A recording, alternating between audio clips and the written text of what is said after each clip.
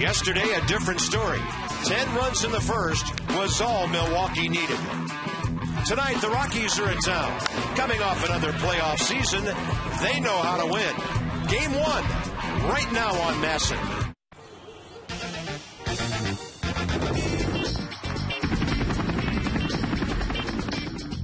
It's a great day for baseball.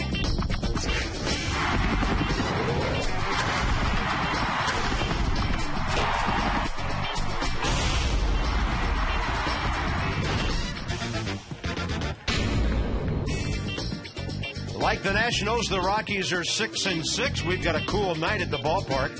This is the first of a 4-game series. They only visit by the Rocks to D.C. this year. And the Nats owe these guys a couple. They swept the season series from Washington 6-0 last year.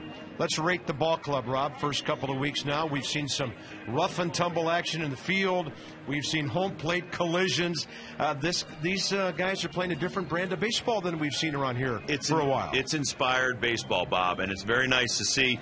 Let's go over some of the numbers. Obviously, it's been a great year so far in some senses in the 6 wins. Right now, we're 7th in that department. We're scoring 5 runs per ball game. That's excellent. So the offense is doing their job. We're 7th in that department. As far as fielding goes, well, we were dead last year with 143 errors. We're 10th right now. That is a huge improvement. So pitching and defense has come a long way, except that in the losses, the ERA is astronomical, and that gives us a 6.24 ERA. 15th. No, I don't think we'll finish 15th. I think we'll be much better than that, as Steve McCatty in those wins a 2.83 ERA and those losses a 10. So Craig Stammen, he's one of the biggest contributors to the high ERA, has not pitched well, has given up an awful lot of hits, Bob. He's got to go out there and make a great start tonight. His battery mate is showing all the young guys how to get it done.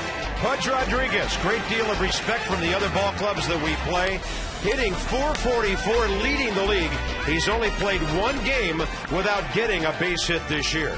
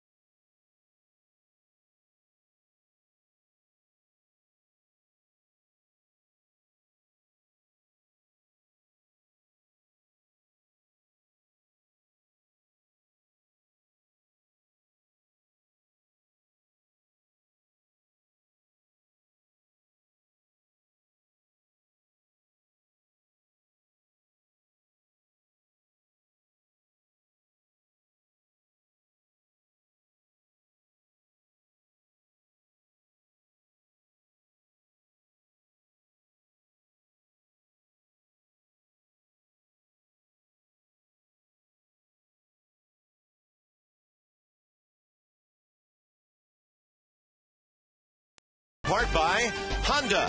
It's called the Really Big Thing Sales Event, only at your Honda dealer. Fans coming down Half Street into the ballpark for a Monday opener against the Colorado Rockies, who experienced an unbelievable turnaround last year under Jim Tracy. Craig Stammen, 22nd career start, 3rd this season. It's time for a Nat starter to go out there and take command of the ball game. We're underway, right on time at 7:05 with a strike. And that was inspiring.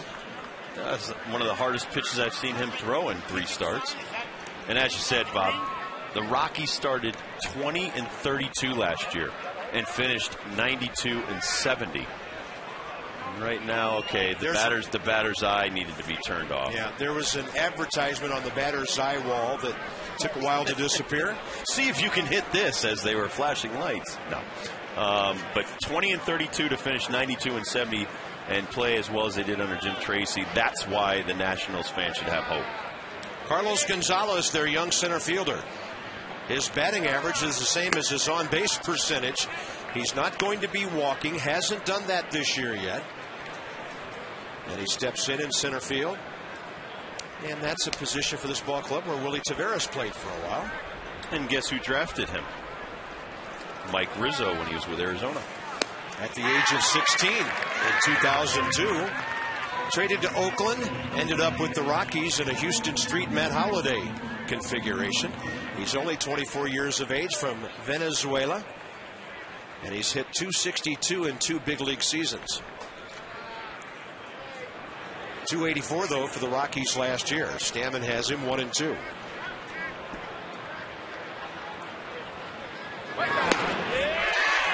And the first batter of the game retired.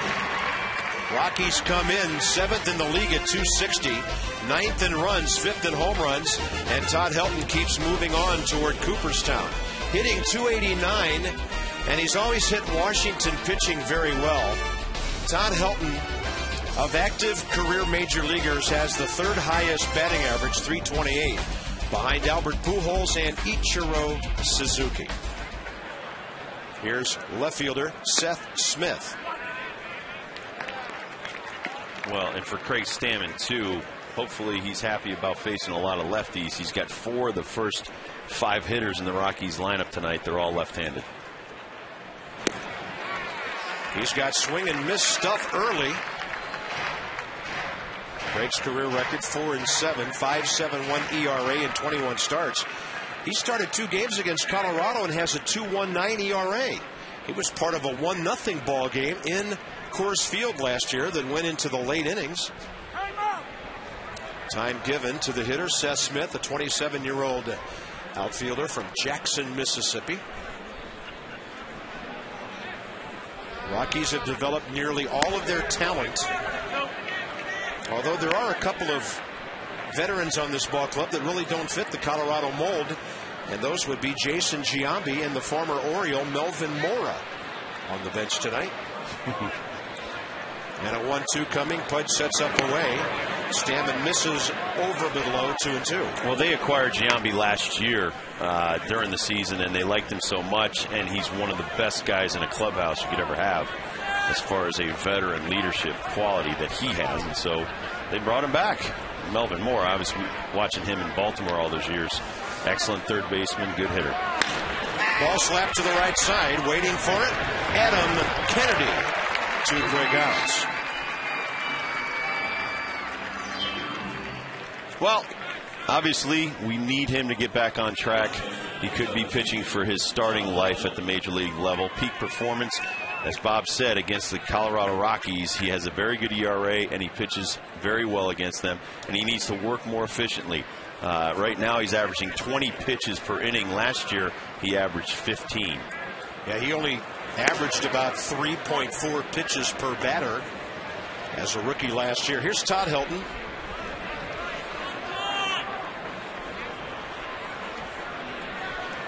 .325 homers coming into the year. He's hit none so far. Over 1,200 RBIs. He's in his 14th year. All of that at the major league level with the Rockies. Stammen's throwing the ball by people so far. Helton won a batting title in 2002 and he hit .372, 5 All-Star games, 3 Gold Gloves.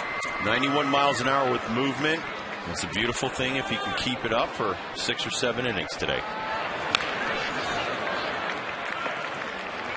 Hard to stop a train. Go to trainsearch.com to locate an independent train dealer near you. Clear skies, low humidity, breeze not as stiff as it was over the weekend, 66 degrees. It's cool in Southeast tonight. And a 2-2 to Helton with the bases empty. Left field, Willingham moving toward the line. Easy play and a very good first inning. Feels good to get an early 1-2-3.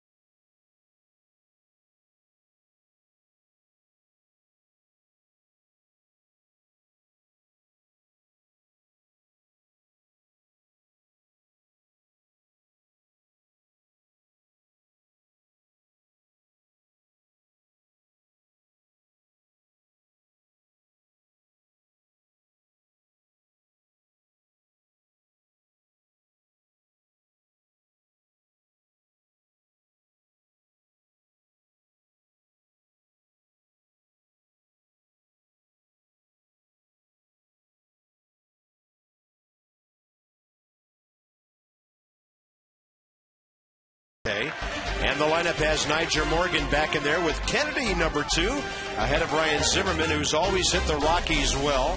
Extra base hits and RBIs. Dunn Willingham, the league's leading hitter, a guy named Pudge. Willie Harris gets a start. Ian Desmond back in there tonight. Here's Niger, only 3 for his last 25. He has drawn some walks and hit by pitch. And Aaron Cook, 0-1 in 2 starts, but a 5.5 ERA. He works quickly, 31-year-old right-hander who went 11-6 in 27 starts for the Rockies last year. And remember yesterday when I was telling you that teams are going to be watching for other teams and how you get respect? I'll tell you in a second. Okay. Talking about guys going home and trying to knock off catchers and things like Absolutely. Well, obviously, you and I were both down talking to Don Baylor, who's one of the tougher players that ever played, and they're scouting us watching the MLB TV channel. So it's, not only it's word of mouth, now guys are watching the way the Nationals play and every other team, but, the harder you play, and you see there's Don Baylor. A former Masson analyst, by the way. He knows where to find us. Niger to Todd Helton. Don't look at the ball too long before you take it to the bag. 1 out. Let's do the scouting report on Cookie. He's got a great sinker, and you saw it right there. But lefties hit about 296 lifetime against him with 50 home runs, and he overcame a blood clotting problem in his lungs in 2005. Almost died, so he is a tough cookie. That's for sure. So we get Doug Davis and then we get Aaron Cook, and these guys, they've had adversity off the field, so pitching in a baseball game is not the biggest deal in their life. Adam Kennedy starting to pile up some base hits. Adam in the Milwaukee series was 5 for 9 with 3 RBIs, upping his average to 281. He's had 6 RBIs in his last 3 starts. But I just think that it's the way you play the game. You play it all out all the time. Talked to the pitching coach of the Blue Jays on my radio show, Bruce Walton, today. And I asked him, what's the one thing that you've tried to instill in your pitching staff as he's the first-year pitching coach for them? And he said, I want them to attack the strike zone and the hitters. So, well, Roy Halladay did that when he was there. Well, he said he wants the hitters to make the mistakes. So once again, when we talk about getting behind and falling behind, you're helping the hitter. That's a strike called by 22-year veteran Bill Hahn, the crew chief. It's a good pitch right here from Cookie. UPS store on the pitch track. A little bit down. You see where the glove wanted it, and he got it there. 3-2 to Kennedy. Slaps it up the middle. Over to get it. Clint Barmis, and he throws it in the dirt. And Todd Helton with those gold gloves able to dig it out. Rockies defensively, a couple of years ago, they were by far the best team in the league. They're right in the middle so far with 9 errors. They have a young center fielder, a young left fielder. Gonzalez and Smith both have 2 assists on the year. And Troy Tulowitzki with Ian Desmond in this series. How about 2 of the best shortstop arms you'll ever see? And how about the right fielder? Hopp has maybe one of the best left-handed outfield arms in the major leagues, just like a Jeff Francoeur from the left side. Ryan Zimmerman hitting .310. Do you remember last year we tried to get the ball by these guys when they came here, and it was impossible? They ate up every ground ball, every fly ball. So that defense is what helped them turn it around last year. Zimmerman rips it right to the glove of Ian Stewart. Each pitcher with a 1-2-3 first inning. And as we go to the second, one of the better shortstops in the league, Tulowitzki, ahead.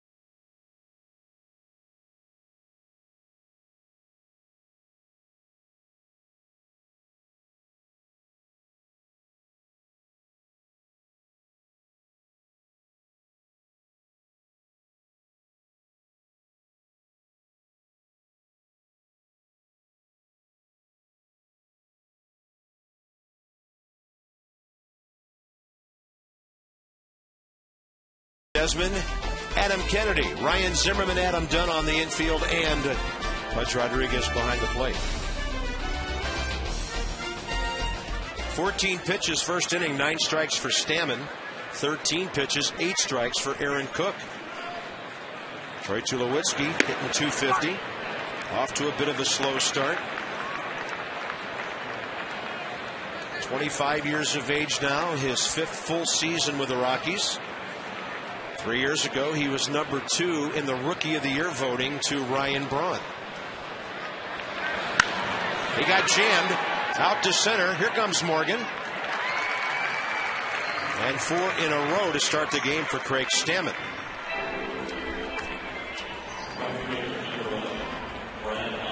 Next up will be the right fielder, Brad Hopp, then the catcher, the well-traveled Miguel Olivo.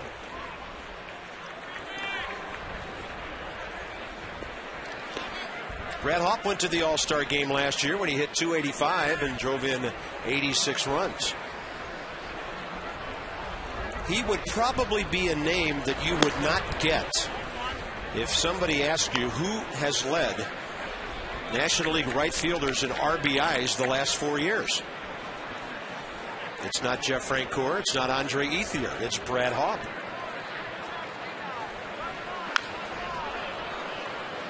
.371 the last 4 years. Another homegrown Rocky taken in the 11th round 10 years ago out of Boswell, Texas High School. Interesting right fielder, Rob, because he's a left-handed thrower and probably one of the top 3 or 4 arms in all of baseball from out there. Agreed.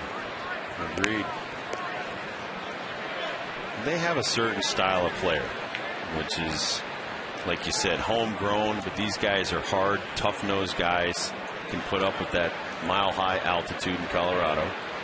Not exactly warm there in April at times. No, and I played there in the minor leagues in '86, and trust me, it's hard to do your work outside. It's hard to run. It's hard to do batting practice 81 times a year, and then some of your off days. So you need a certain type of guy that can play there. You haven't found too many guys that can pitch there, that's for sure. You better have a good hard sinker and be able to get ground balls. Scoreboard said 3-2. The count is 2-2, and that's why Brad Hawk was getting things straight with a home plate umpire, Bill Hahn. And that's why it's so hard to figure out Jason Marquis. He only gave up 15 home runs last year.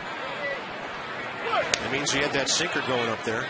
Had it going real well up there. I think he only gave up 9 up there. I'll look it up. But, I mean, 15 home runs for anybody over 30 starts is excellent.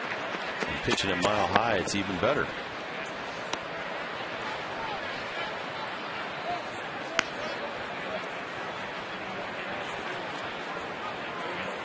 Well, Levo's got some nice numbers, but he's known for having a cannon for an arm.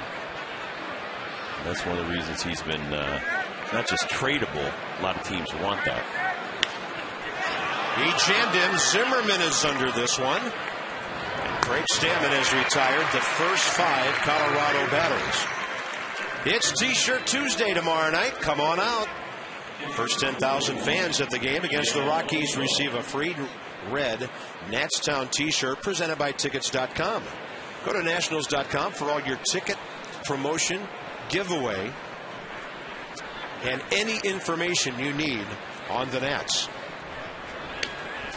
You might want to bring a long sleeve shirt with you though to slip over that T-shirt tomorrow evening. Here's Miguel Olivo hitting .348.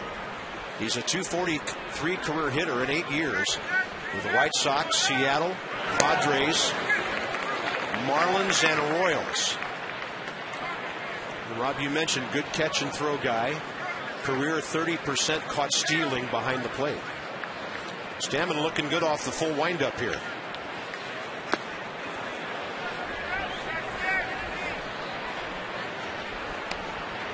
Olivo hit .249 at 114 games last year with Kansas City.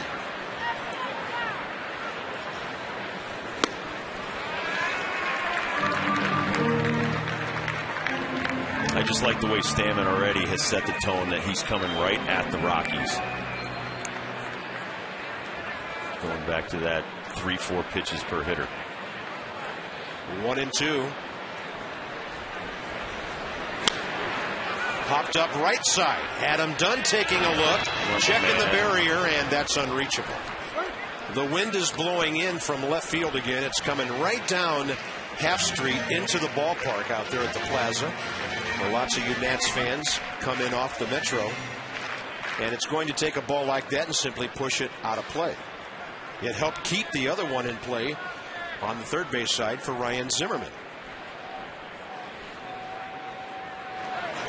Good hard breaking ball down and away for the strikeout. Stammen, very good, through 2. No score, done. Coming up.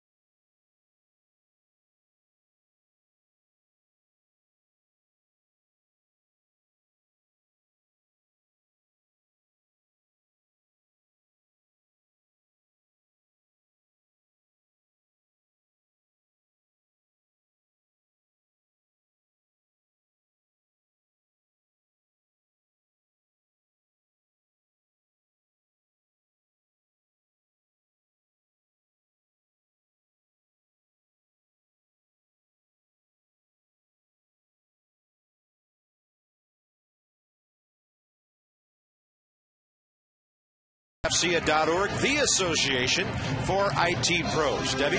Well, Bob, speed has been the name of the game with these Nationals. They've got 14, which is tops in the National League, and no doubt Nigel Morgan sets the tone in that department. I mean, that's been my whole game plan, and basically we're called the track gnats right now because we're just running up a storm. So, you know, as long as we keep doing our thing and play scrappy ball and just basically keep going out there and just bringing positive defense, we're going to be all right. Nigel's got 4 stolen bases, and gotta love that nickname, track gnats, Bob. Sounds good to us. We love speed. It never slumps. The Nationals are 14 of 16 stealing. In the American League, the Yankees 15. Tampa Bay and Kansas City, 17 stolen bases. The fastest teams in baseball right now. Adam Dunn trying to get up over the top of one. Fouls it back 2-1. Ahead of everybody else in this league. And again, the 2 guys caught stealing, they weren't thrown out on straight steals at second base. It was both pickoffs. A pickoff at first base. So really they've been perfect when it comes to larceny. 3-1. Adam Dunn's walked 11 times this year. Josh Willingham, Mr. On-base percentage after him. And Dunn's aboard, leading off the second. Josh Willingham has also walked 11 times, but he has 14 base hits to go with it. And Willingham is tied for first in the league with Martin Prado and Adrian Gonzalez with a .500 on-base percentage early. Anything over 400 is considered exceptional. Absolutely. He's gone 100 points beyond that. We've seen a more selective Josh here early in the season. Inside, Cook missing again. Well, and I think a lot of what Adam Dunn does at the plate has rubbed off on a few guys in our lineup, which is that patience, making the pitcher come to you and throw a strike.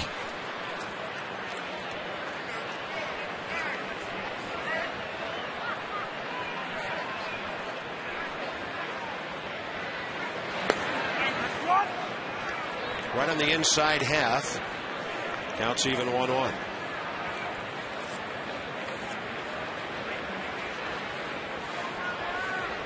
Look at these guys getting on base. Half the time for Willingham, Gonzalez, and Martin Prado.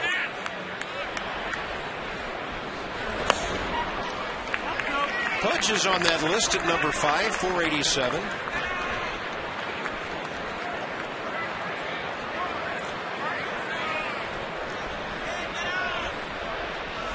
What a start he's off to.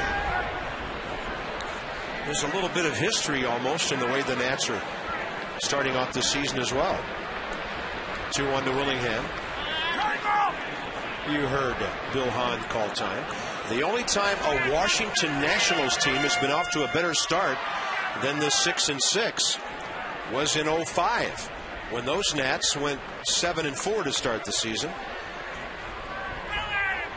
Had a wonderful first half. Willingham reaches out and hits one a long way to left center. That ball will be caught on the track by Seth Smith, who got a good jump on the ball.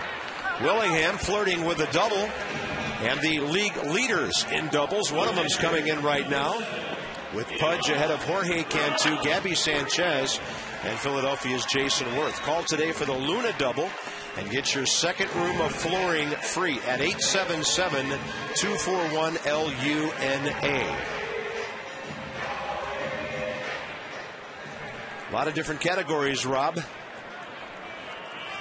Well, and I think he's also number 1 in hustle for 38-year-old catchers.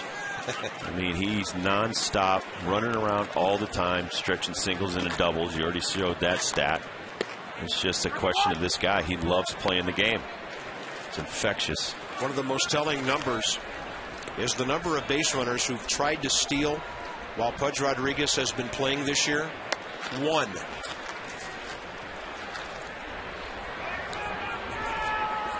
He has shut down opponents' running games by reputation, and often that's enough. He's hit safely in 8 of his 9 games.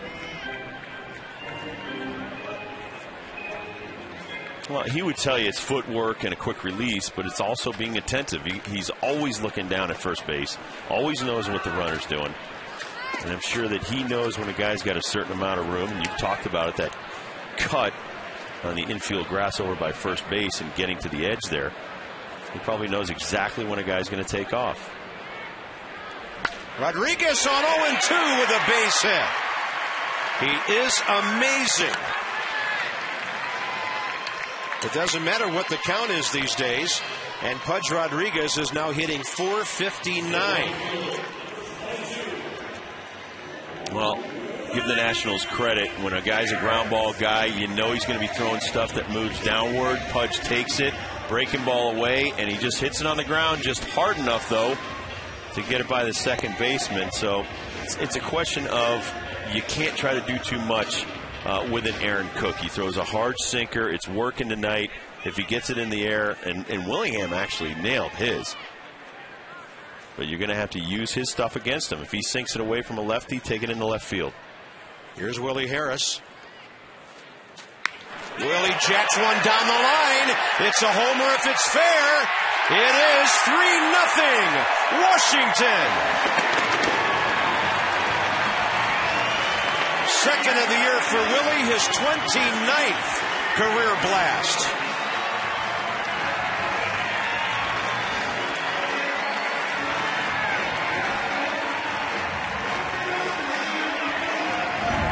Well, Hot Rod Harris responds right here to a pitch that's going to be on the inner half. It looks like maybe a sinker that he tried to run back over the plate, but it's up. And just like when Jason Marquis sinkers are up, they're very hittable. And right there, Aaron Cook's pitch is up, and we talked about lefties hitting .296 off of him. Guys are going up hacking. Desmond to Tulowitzki. Look at that arm. Maybe Ian can throw out Tulo on a play like that later, but two of the great shortstop arms in baseball here tonight. Willie Harris' power production continues to amaze. 2 home runs on the year, ups his RBI total to 5. Willie came into that at bat only 3 for 20, so that's got to be sweet for him. Outstanding right there. And maybe Cookie trying to do a little much. I mean, Roy Halladay did that against Adam Dunn. He ran that sinker right at his hip and ran it over the plate. And Aaron Cook hung it to Harris, and Harris made him pay. You make mistakes at this level, Bob, what happens to it? See ya. It gets crushed. Well, the Rockies had led the league, giving up only 7 home runs in their first 12 games of the year. So getting a homer against this staff, an accomplishment the way they've been going. Of course, Mr. Jimenez and Senor De La Rosa have something to do with that. We'll see De La Rosa tomorrow night against Scott Olsen. But the Nats enjoy an early lead. They've out-hit the Rockies 2-0. They'll at least get the pitcher to the plate here in the second with Nyjer Morgan waiting. 2-2 to Stammen, and he lines one up the middle. Craig Stammen's first base hit this year, and the 7th hit of his major league career. And Stammen is now a .200 career hitter. Well, and I think the offense has responded to Stammen's start. He came out here firing, attacking the Rockies. They've been very aggressive. And here's Stammen. Pitchers are very dangerous with a piece of lumber in their hands. You just got to swing it. Maybe you'll hit it, swing hard. You might hit it, and it might go somewhere. And nice form. Head down, right through the ball. Nyjer Morgan was tough on the Rockies, playing for 2 different ball clubs last year, the Pirates and the Nats. He bounces a base hit to right field. Stay there, Craig. It's not the guy you want to try to run on. 4 hits in the inning, a leadoff walk hurts Colorado. And now Adam Kennedy, who has been swinging a good RBI bat, has a 2-out chance.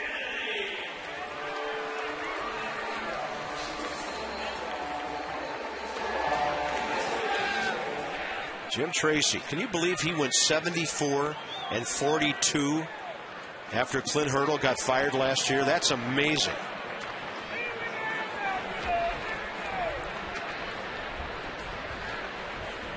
Nats are swinging early in the count. Kennedy is the 8th Washington batter in this inning. Well, I don't want it to sound like I'm lying, but I do believe it. I saw him out in L.A. do a great job and lead the Dodgers to the playoffs. He had one bad year and they dumped him. Exactly. So Pittsburgh really didn't have the horses to run. Give him a good team like last year that was floundering, and he turned it right around.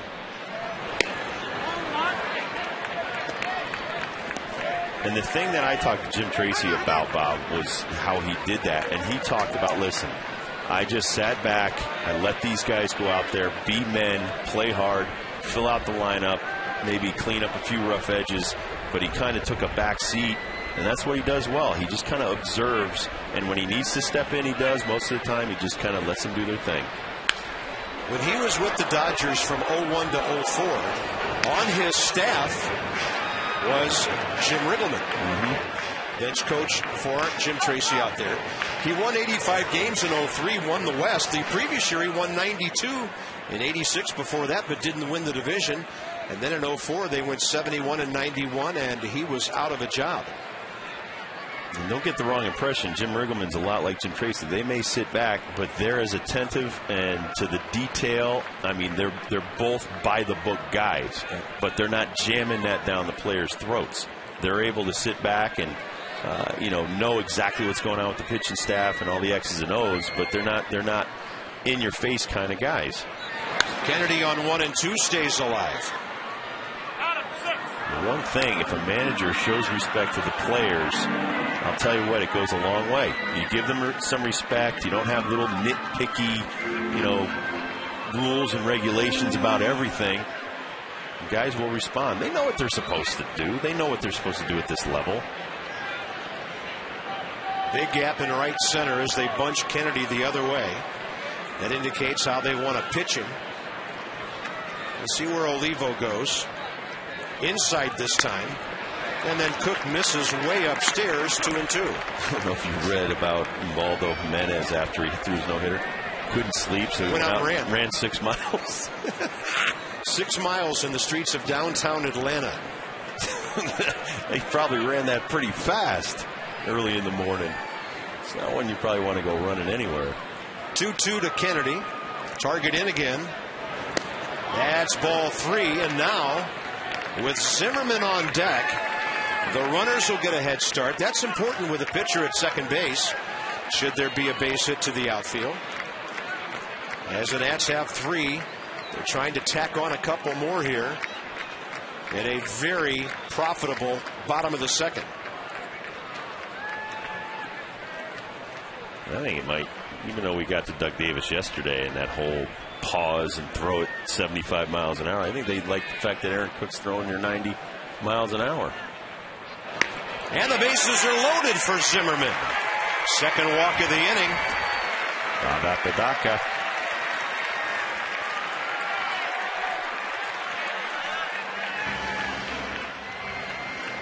Some excellent coaches over on that side, too. Tommy Runnels is over there, Don Baylor, Bob Apodaca. I played with Tommy Runnels. He was actually a manager of mine in the minor leagues. Just wonderful baseball man. Obviously, I think everybody knows Don Baylor by this time. It also helps to have a good coaching staff, just like the Nationals. Rockies have an excellent coaching staff besides the manager. Rich Dower, who is well known in these parts. Glenn Allen Hill, who was a very good hitter for Toronto.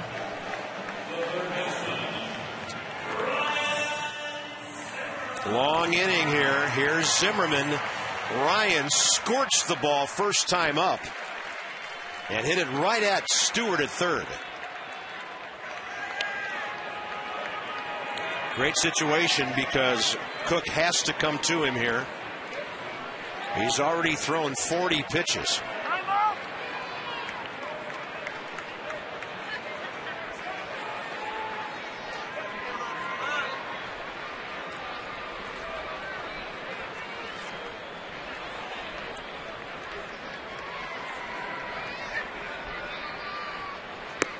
First pitch breaking ball missing.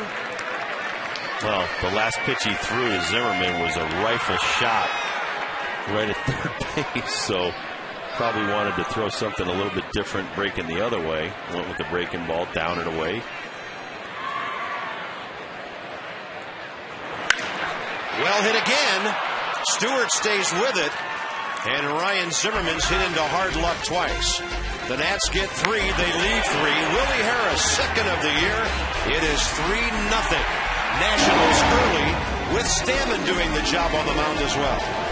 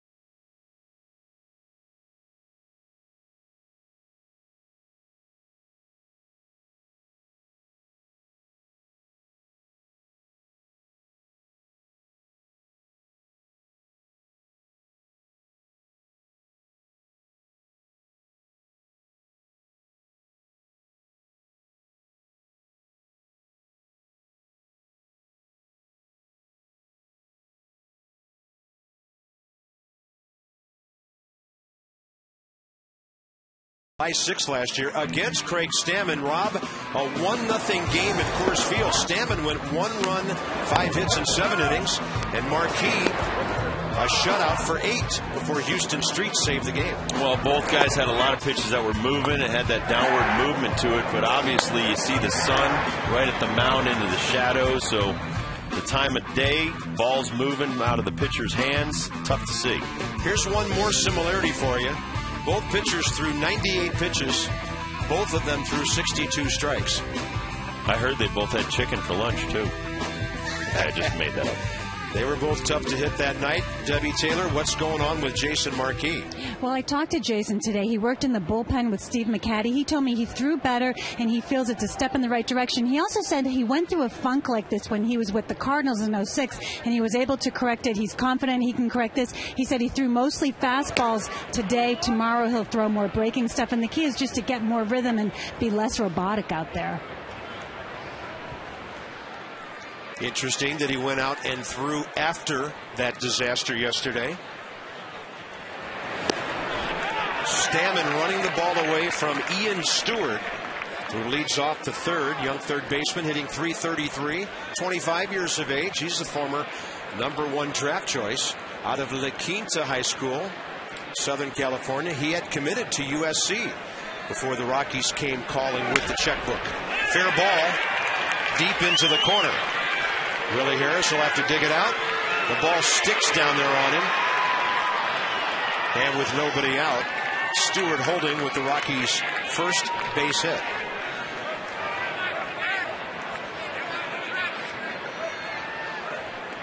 That'll bring up veteran second baseman Clint Barmas. Pitch a little bit down right there, right for a lefty in his wheelhouse. Stewart gets all over the top of it, pulls it around the bag. And actually, Ian was flying, and when the ball got stuck by the little pad right there, Willie did a good job of digging it out. He had some aspirations to go into third, but he thought better of it. Barmas off to a 2:06 start. That's fair, and the Rockies are on the scoreboard. Right inside the third base bag, back-to-back doubles. Well, that's the opposite of what you want to do. Your team throws another 3 spot up there, and they've done this already in one of Craig's starts. Give you a 3-1 lead. You need it to hold up a little longer than about 5 minutes. And first 2 batters, couple of doubles, back-to-back. Needs to make a quick adjustment right here. Your offense worked hard to get the 3 runs. You need to work hard to try to put a 0 up there. You didn't get that done, but now you got to work hard to shut down this rally. And Cook should be bunting. Trying to get a runner to third with only 1 out. Desmond in behind the runner. Stammen looks and then steps off.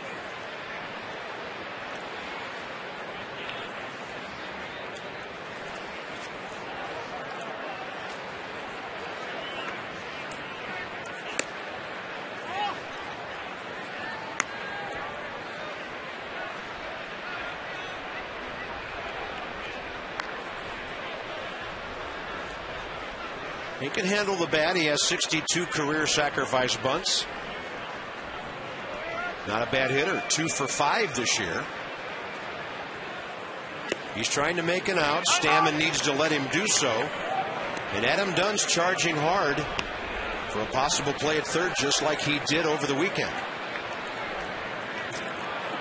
Well, this is where Craig needs to step back and get out of his game plan for a second. Not just sit there and say, okay, I know you need to throw my curveball like this and my sinker like that. You need to take an out right here if you can get it.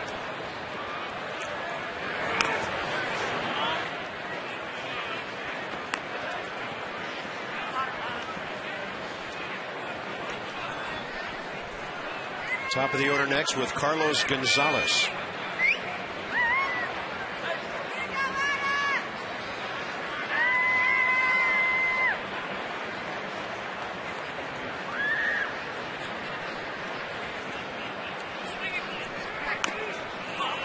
Tips it foul again, strike 2.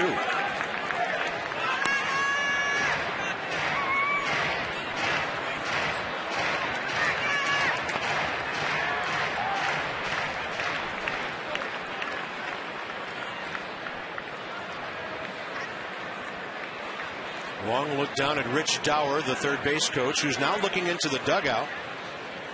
And another set of signs from Jim Tracy.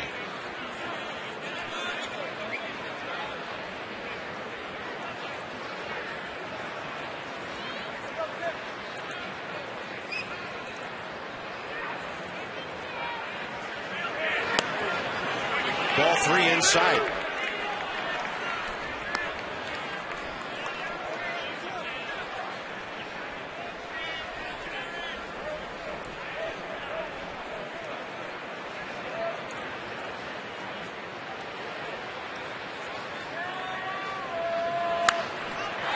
He swung at ball 4 and pops up short right for Willie Harris. That could have really been bad for the Nats, but the hitter got himself out.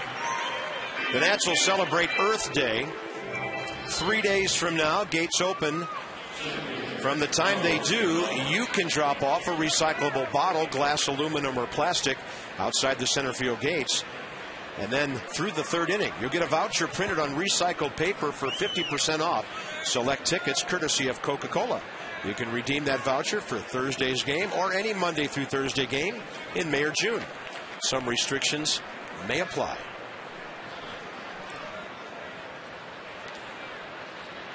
Rockies fail to move that runner. Here's Carlos Gonzalez.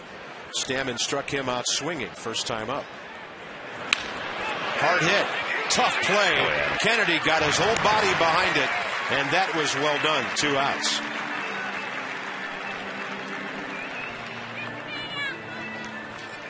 Adam Kennedy knows, okay, this is a bullet. I just got to try to knock it down. He gets in front of it. He knows he's got a little bit of time, but he makes a perfect catch. And so he just has to lob it over to first. This is not an easy play. That's a rough hop. He stayed down on it. He knew he was probably going to take it in the chest. But it stayed down, and he caught it, so he's able to flip it over to Adam Dunn. Now you got to go hard if you're Stammen. Try to keep that run from scoring at third, and this is not an easy out. Good contact hitter in Todd Helton. Actually, it's Seth Smith. Yeah, you don't want Helton to bat in this inning. He is next. And Smith hit the ball hard to Kennedy, right side, his first time up.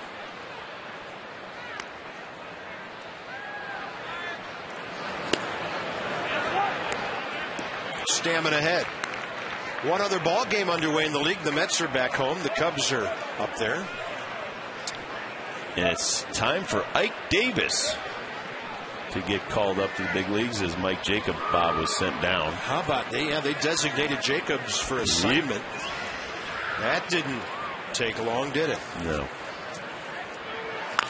And a breaking ball, a beauty by Stammen, gets the weak little grounder, and Craig minimizes the damage. Rockies get a run It's 3-1 Nats.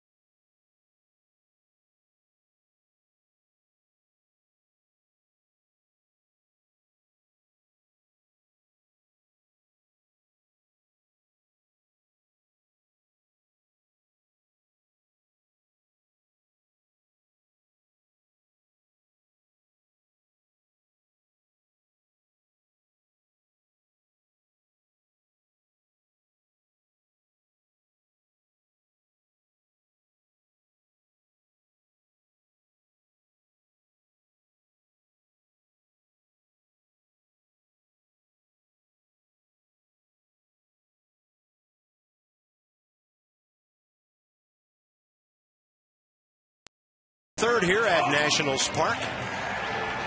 It's a 3-1 lead for Washington. And the Rockies will be here again for the next three tomorrow night. It'll be Jorge De La Rosa and Scott Olson.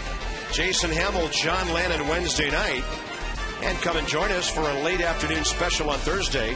Mr. No-hitter himself, Ubaldo Jimenez against Livan Hernandez.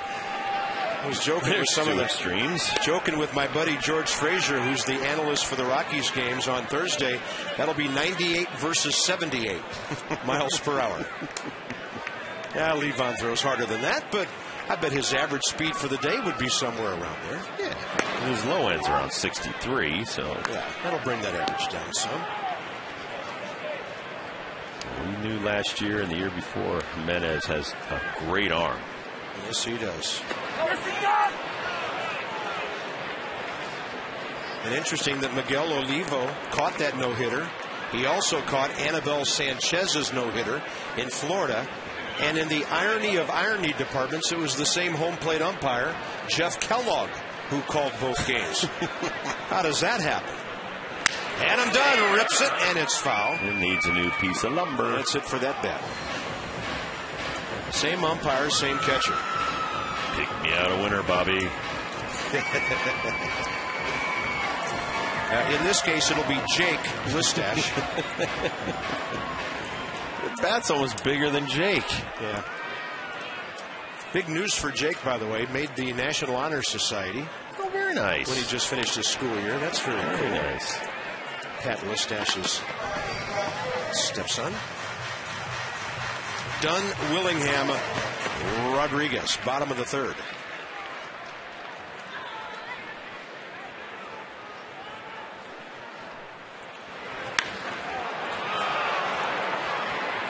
He looks like Gonzalez has no idea where the ball is, and it drops.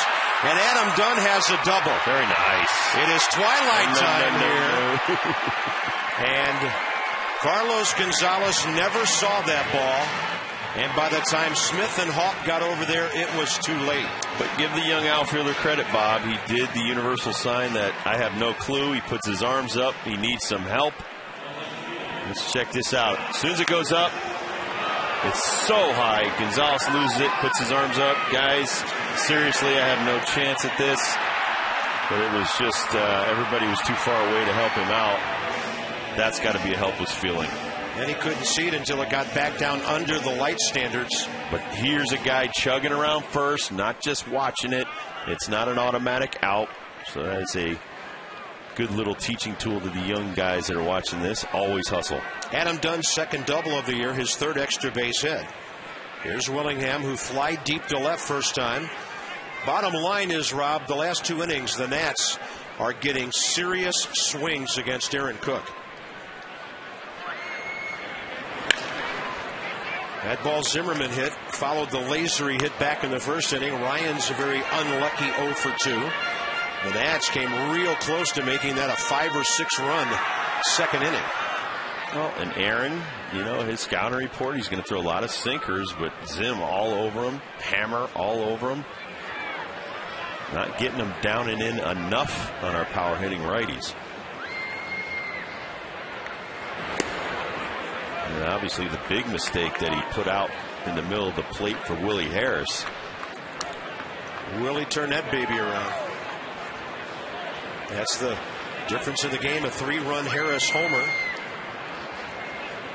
Nats trying to get that run back. The Rockies just collected or more.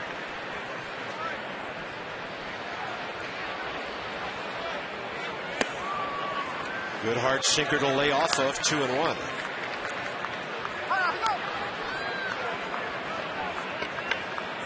The league's leading hitter. In fact, with that base hit, he leapfrogged over Scott Podsednik of the Royals, who started the night hitting .457. Let go by the White Sox, who are struggling to score runs. Yeah. Man, they can't. And Rob, brutal road trip. They can't be happy in Boston. The Red Sox lost their 5th in a row today. Tampa Bay goes 10-3, winning 8-2. And Boston is 4-9. Yeah, and look out, though. That Rays pitching staff is clicking. Spoke with James Shields today on my radio show, and he just said, listen, and he actually has one of the highest ERAs. He's having a good year, but he said Matt Garza has been fabulous. They have good defense, good team speed. Some of those guys, even Carlos Pena, is crushing the ball. B.J. Upton hit a home run today. Yeah, they need to get him back on track. He's the one guy that, since he had the surgeries a little off season between 2 years ago and last season, has not been right. Jay Neiman the winner today as they sweep at Boston. Willingham looks at a pitch low, and he's aboard, keeping that .500 on base percentage going. Third walk of the game for Cook. Pudge Rodriguez, .459 at the moment, the leading batting average in all of baseball.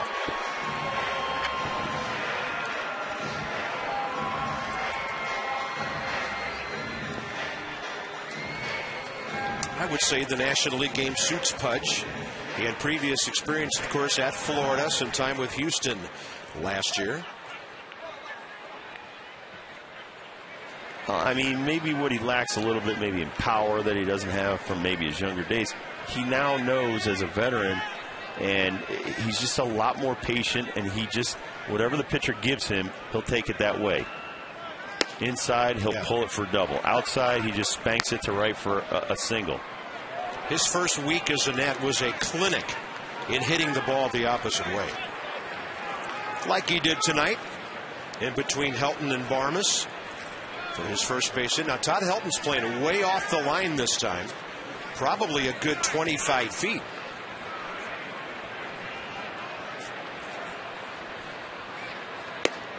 (2-0). Levo's going to go out and have a little chit-chat. But, I mean, the toughest thing about being a player at this level, Bob, is knowing your limitations, knowing what you're capable of and what you're not capable of. And if you're not a big power guy, you shouldn't be dropping the back shoulder and trying to drive everything out of the ballpark. You got to stay on top and drive through and just hit some line drives. If you're a speed guy, you just need to make contact, put it in play, and run like the wind. Try to get them to fall in there, but it all starts with putting pressure on the defense. Nats came into this game as an offense, 4th in the league in walks taken at 53, and they've tacked on 3 more tonight. Rodriguez, left side, shortstop hole. Tulowitzki can't get it, and the bases are loaded with nobody out. I was thinking that Tulowitzki might pick up that ball and throw to third for a force. He had no play at first, but then he never got down to get it. Well, he's in double play depth, so he's over by second base, and that helps. You see him trying to run back and cut that ball off. It was just hit just one more hop past his glove. But sometimes when you change the defense, it helps, and that's Willie Harris's last at bat. See him tuck the hands in, quick to the ball, and bye-bye. Willie Harris now with a great RBI opportunity. Bases juiced Nobody out. Rockies are back for a double play ball, with the exception of Ian Stewart, even with the bag at third. Even Todd Helton's way back behind the runner Rodriguez.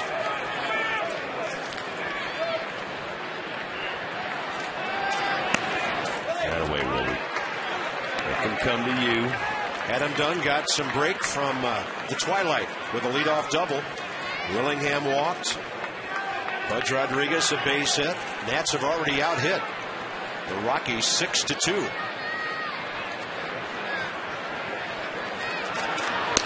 That's a borderline strike to even the count 1-1. Well, Mr. Wizard, I know you're a multitasker. What's Pudge hitting now? Any idea? I'll have that for you momentarily. I knew you would. I can tell you he's 18 for 38, which is a cool 474. There you go. The truck has nuclear-powered calculators. Yours is old school. Mine's a little credit card size thing. Now that's a couple of borderline pitches that Bill Hahn is giving to a really struggling pitcher. You don't expect a guy to get calls like that when he's had nothing but base runners for the last 2 innings, 3 of his own doing with walks. Well, and his pitch count up to 62. So he's putting himself in a hole here on the pitch count. The hits, the walks. And this is the last pitch right here. He gets on top of the breaking ball. Even too low for that to be called a strike. Huge pitch here. Well, Willie's being very patient right here.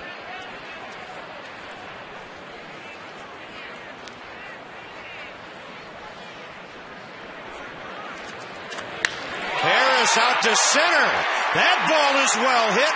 It's far enough to advance at least 2 base runners. And the Nationals lead 4-1. Willie Harris hit that every bit as far as his home run. Look at Pudge at first. Pudge is all fired up. Great job by Willie Harris.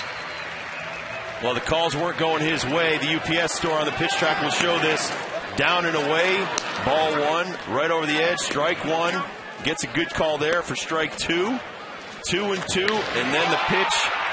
Nowhere to put Willie. Aaron Cook had to come somewhere in the zone at some time. He waited and drove the ball out to center field. So some very nice offense by the Nationals right there. Nationals pitch track packaged by the UPS store. We do a lot more than shipping. Same infield configuration for the Rockies now with a 1 out. And Ian Desmond does not want to bounce to short this time like he did last time. Rookie looking for his 8th RBI, a ball he can elevate. Sign of a good ball club. They go right back out and take that run back the Rockies scored in the top of this inning.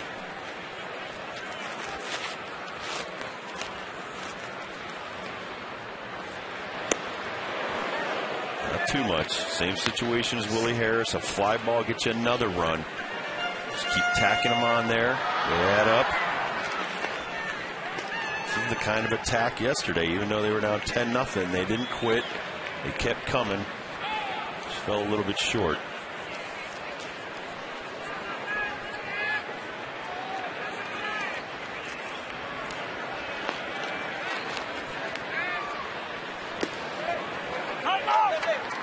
One ball, 1 strike. Stammen on deck, and he's 1 for 1 tonight.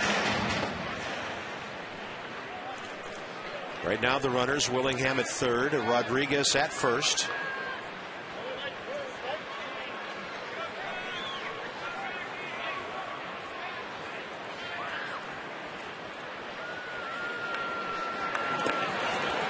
Good stop by Miguel Olivo.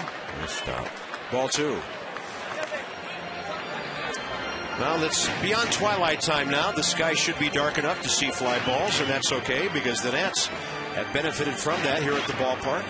Bob Carpenter, Rob Dibble, Debbie Taylor, our Masson HD production crew.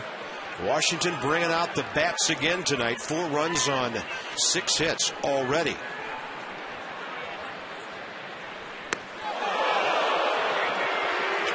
Pudge Rodriguez made a mini dash off of first. Don't know if that distracted the battery a little bit. That ball almost hit Ian Desmond. Jim Riggleman likes to start base runners. Pitchers on deck. You don't want a double play here.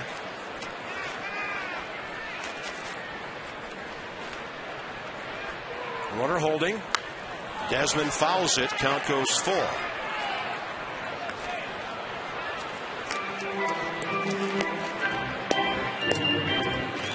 He's already at nearly 23 pitches per inning. Aaron Cook. Nice catch, little guy. A man will remember that the rest of his life.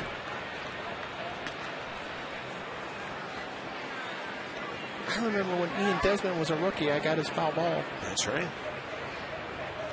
He might be the guy who takes over for Ian 15 years from now.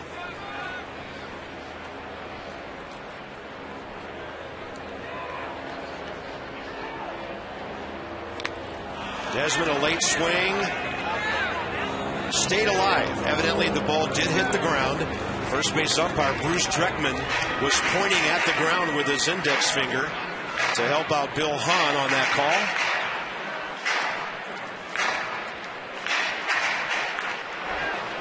call. Slow it down for you, and you see with the slow-mo right here that it does make contact, change the trajectory, and go down underneath the shin pad.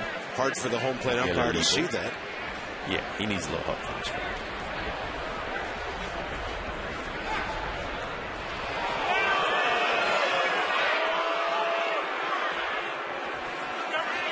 People may be booing, but one of our guys actually got picked off with that move. 3-2.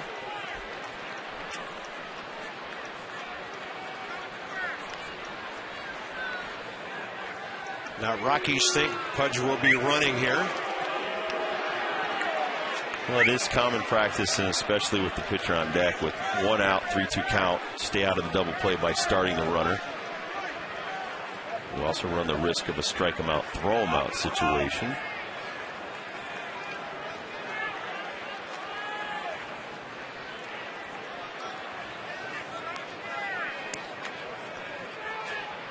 He's going. That's ball 4, and the bases are loaded again. This time for the pitcher, Stammen. And that's the second walk this inning and the 4th of the game by Aaron Cook.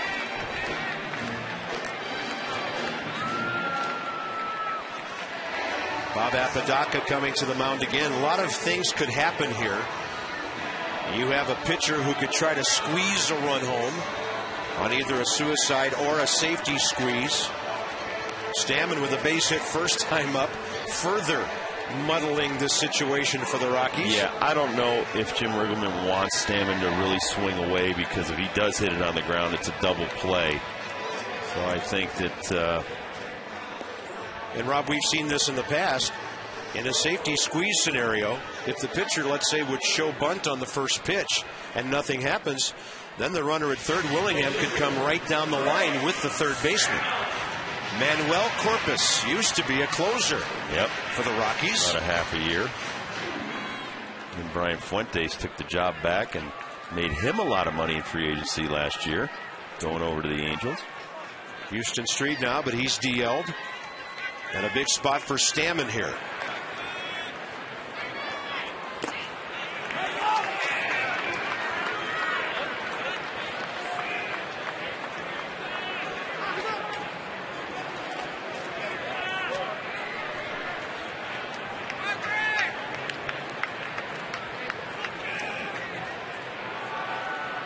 Ball 2.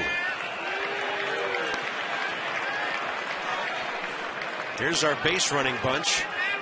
Willingham walked after the Dunn double. A Rodriguez base hit. After Willie Harris sac fly, Ian Desmond, the number 8 hitter, walked. 2-0 to Stammen. He might take another one here.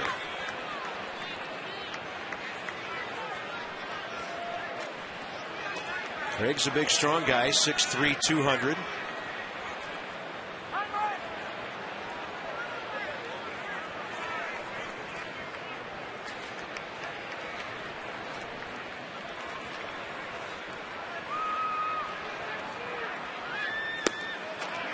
That's a borderline ball 3. Right you were. Took another strike, but it was a ball. And you wouldn't expect him to be swinging here. No. Now you definitely have to take another pitch right here. See if he can throw a strike in there. If he just lays it in there. All right, now he's got to lay in another one. Yep.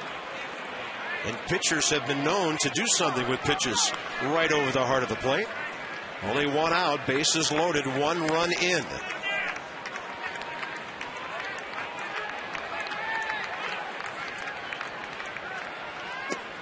That was a nasty sinker. That wasn't some little straight fastball there. His first strikeout, 2 outs. Cookie knew he had to make a great pitch right here. You see the two-seam grip. And man, that was filthy. As Stammen tried to be defensive on it. Lucky for him, he didn't make contact because that probably would have been a ground ball. Bottom of the third, and Niger Morgan bats for the 3rd time. Well, and now a good contact man. It's up to Niger to try to put one over the infielders. And because they're so good, and we said this last year, they know each other's range. They can cheat. They cheat towards second on Niger. He had a left field idea there.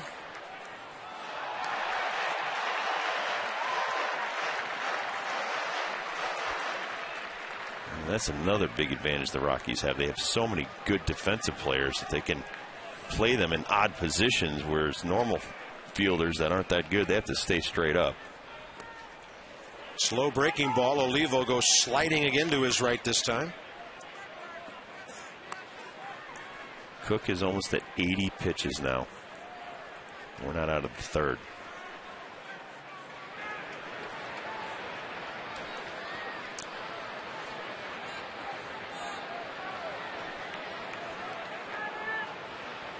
Morgan with a base hit. Willingham scores. Rodriguez held at 3rd. As Gonzalez, who already has 2 assists this year, got it back in quickly. The Nationals lead 5-1.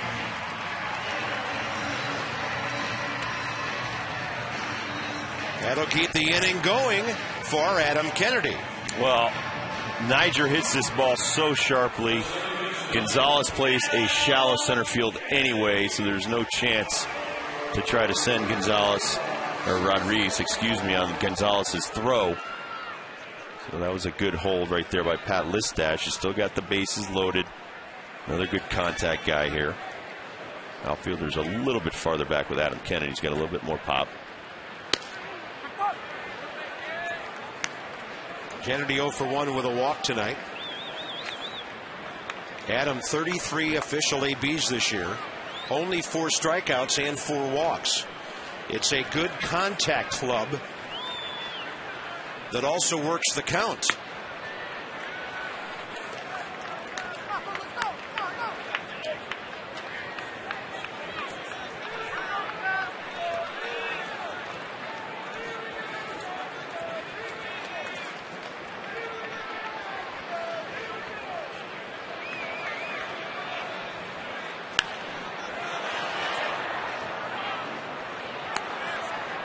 Well, Rob, you know, I don't think there was anybody on this team, and there's Ryan Zimmerman waiting, who didn't think they were going to come back and win that game yesterday.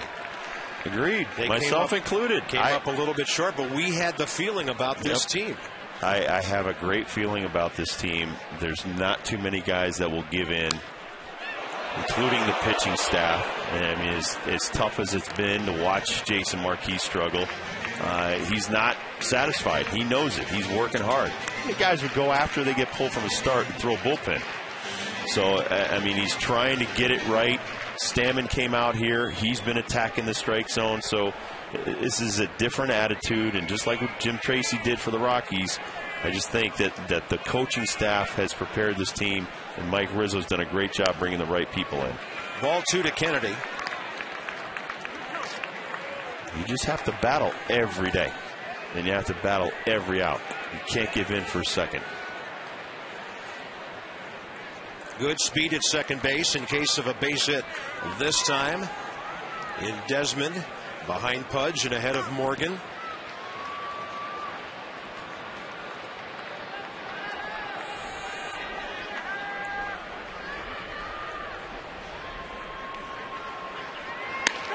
that's down the middle, and Kennedy knew it. The Nats send up 8 men and score 2 more runs, and it's 5-1 after 3.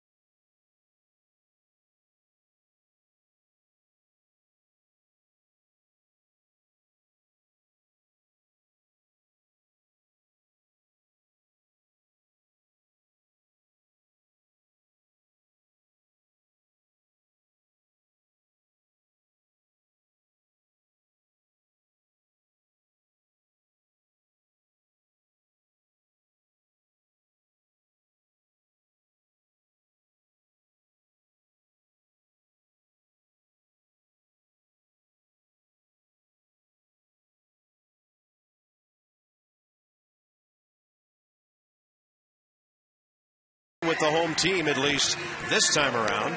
Willie Harris, the big blast, a 3-run homer in the second, and Willie added a sac fly to drive in 4. Adam Dunn got a little help from the twilight for a double, and Craig Stammen's done his job so far. Robbie's only made 40 pitches, 28 strikes, first 3 innings. Pound the strike zone with hard stuff, Bob. He's been doing a great job. Hard breaking balls, hard sinkers coming right at the Rockies. A very good hitting ball club. Getting a ground ball there after back-to-back doubles to start the 3rd inning. They got a run, but no more as Stammen stopped them cold. And then we came right back and scored 2 in the bottom half. Todd Helton flied to left his first time tonight. Setting the tone.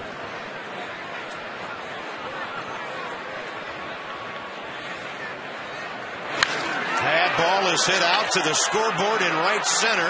Can the ballpark hold it? Yes, it can. Morgan couldn't quite grab it. It's a leadoff double for Todd Helton.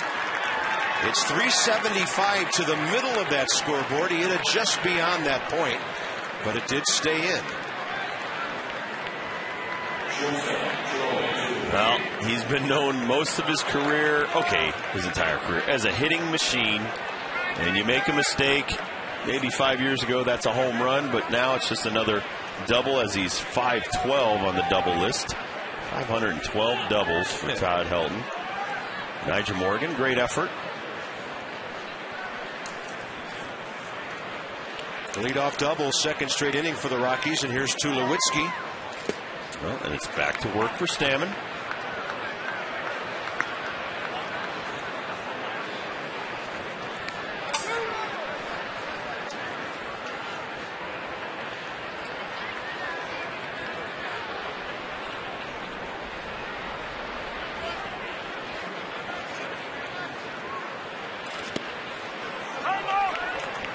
Not too many shortstops. Bat cleanup. I don't know if you can drive in almost 100 every year. A couple years ago, he did have an off year, but yeah, he was hurt in 08. Firing right back last year in a big way. 92 ribbies last year when he hit 32 homers after the quad and the right hand limited him to 101 games in 08. Dangerous here. That's ball 3. Second time through the order was Stammen's undoing in Philadelphia. 2-0 pitch, just a bit outside. Nice little late sink to it.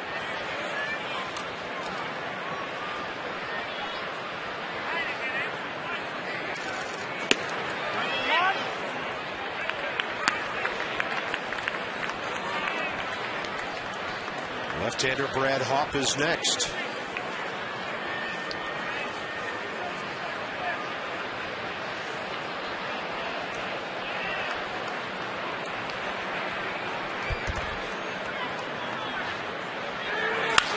Tulowitzki with a base hit. It's hit too sharply. They'll hold the runner at third. And the Rockies have consecutive hits to lead off an inning for the second straight time. Just like Aaron Cook, when you get a sinker or a fastball up to these big league hitters, and even though Tulowitzki's not swinging a hot bat, he's good enough and he can react quick enough to get on top of that 92-mile-an-hour fastball. So Tulowitzki, only 25 years old, and Bob, after a great rookie campaign where he 24 home runs, 99 driven in. You said the injuries. They also made a bunch of adjustments, which, if you look at Giovanni Soto with the Cubs, has still not adjusted to the second-year adjustments that they made to him after he was Rookie of the Year. It's just a game of adjustments. And you also have to have the patience when they start throwing you nothing but off-speed stuff. So Tulowitzki probably happy to get that hit. By the way, those 24 homers back in 07 were a major league record for a rookie shortstop. And suddenly the squeeze is on here. Stammen can't buy a strike.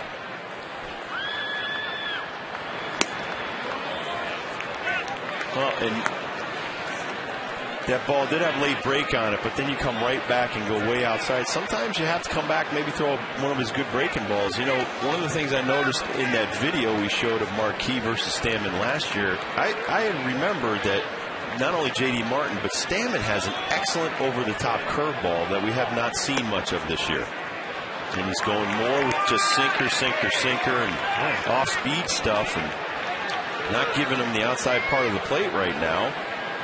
There has to be strikes on one side of the plate. Bill Hahn not giving Stammen the benefit of anything right now. That's not a ball or a strike, and that's 4 in a row, and the bases are loaded with nobody out.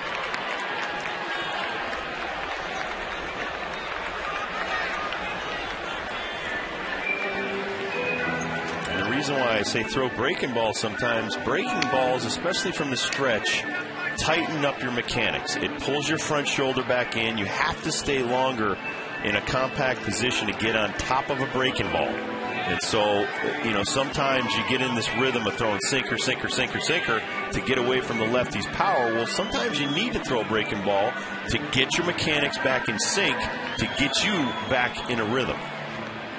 Now Jesse English will start throwing. So this is something that we were going to talk about Ubaldo Jimenez. I was told this, that after he started walking guys in that Atlanta no-hitter, he started working only from the stretch to get back into a rhythm. And you get back into sync by keeping that front shoulder in. And when you're in the stretch, which is what Craig is going to stay in right now with the bases loaded and no outs, your front shoulder is everything. If that thing flies open early, your arm has no time to catch up, and you're going to throw a lot of balls away from the plate. Miguel Oliva struck out swinging first time up. Stammen just cannot throw a strike right now. Well, he tried to throw a breaking ball, but once again, we've talked about with our young pitchers, you can't throw your out pitch breaking ball when you're starting to hit her off. Sometimes you got to throw it in there for a strike. That's a good one.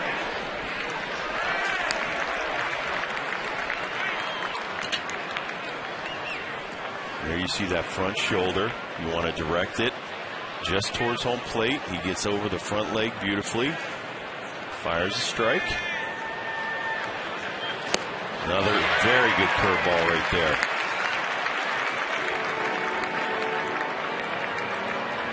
Keep that front shoulder in, and now you got to get on top. Watch him pull down, right hand to the left knee. The rotation, you can see the dot right in the center of the ball. That means he's throwing it correctly. Target away on 1 and 2. Had him reaching. Zimmerman, third, home, and Pudge dropped the ball. Tried to swipe the tag a little bit too quickly. That would have been a nifty 5-2 double play. Zimmerman's throw had Pudge reaching just a bit. Nice idea, though, by Zim. This is a wonderful play. Takes the sure out right here. So now there's no longer a force out. Pudge has to try to make the catch. And this throw on the run off the wrong foot. And Pudge forgot something, the ball. It's still a nice idea. Almost had 2 outs right there. Pudge had no idea that he didn't have the ball. Nope. It's just a fielder's choice RBI. You can't give an error because you can't assume the double play. So the Rockies are on the board again. It's a 5-2 game.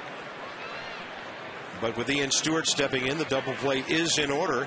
His double in the third got the Rockies started on their mini rally then. Well, that's a good pitch right there. That looks like it's getting the corner and then breaking outside. Well, Bill Hahn's strike zone in the middle of this game has shrunk to nearly nil. And we remarked last inning with Aaron Cook struggling so badly with his control. And there's a double play line drive for 6. That'll work. He was getting some pitches called. Stammen gets out of a bases loaded, nobody out jam by giving up only 1 run.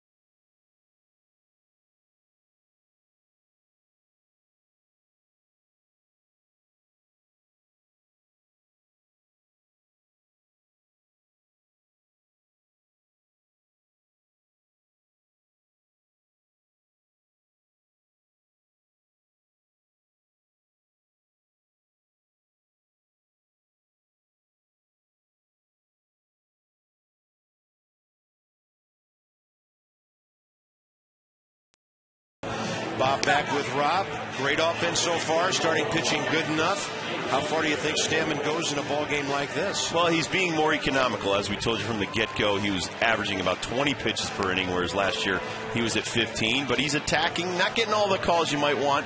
He's got to maybe settle down at the beginning of the innings and not give up those leadoff doubles, but he's doing a great job. He's battling, and I think the Nationals knew the Rockies were going to come in here. They're 6-6. They're an excellent ball club. It's going to be a battle every inning, every inch against this team for 4 games. Seems like that tight strike zone got a little tighter last inning. No, but we're not going to whine. We're not going to whine. We don't need any cheese with it. We're going to go out there. We're going to attack. We're going to take back that strike zone little by little, and we're going to get it done. All right. Keep on playing.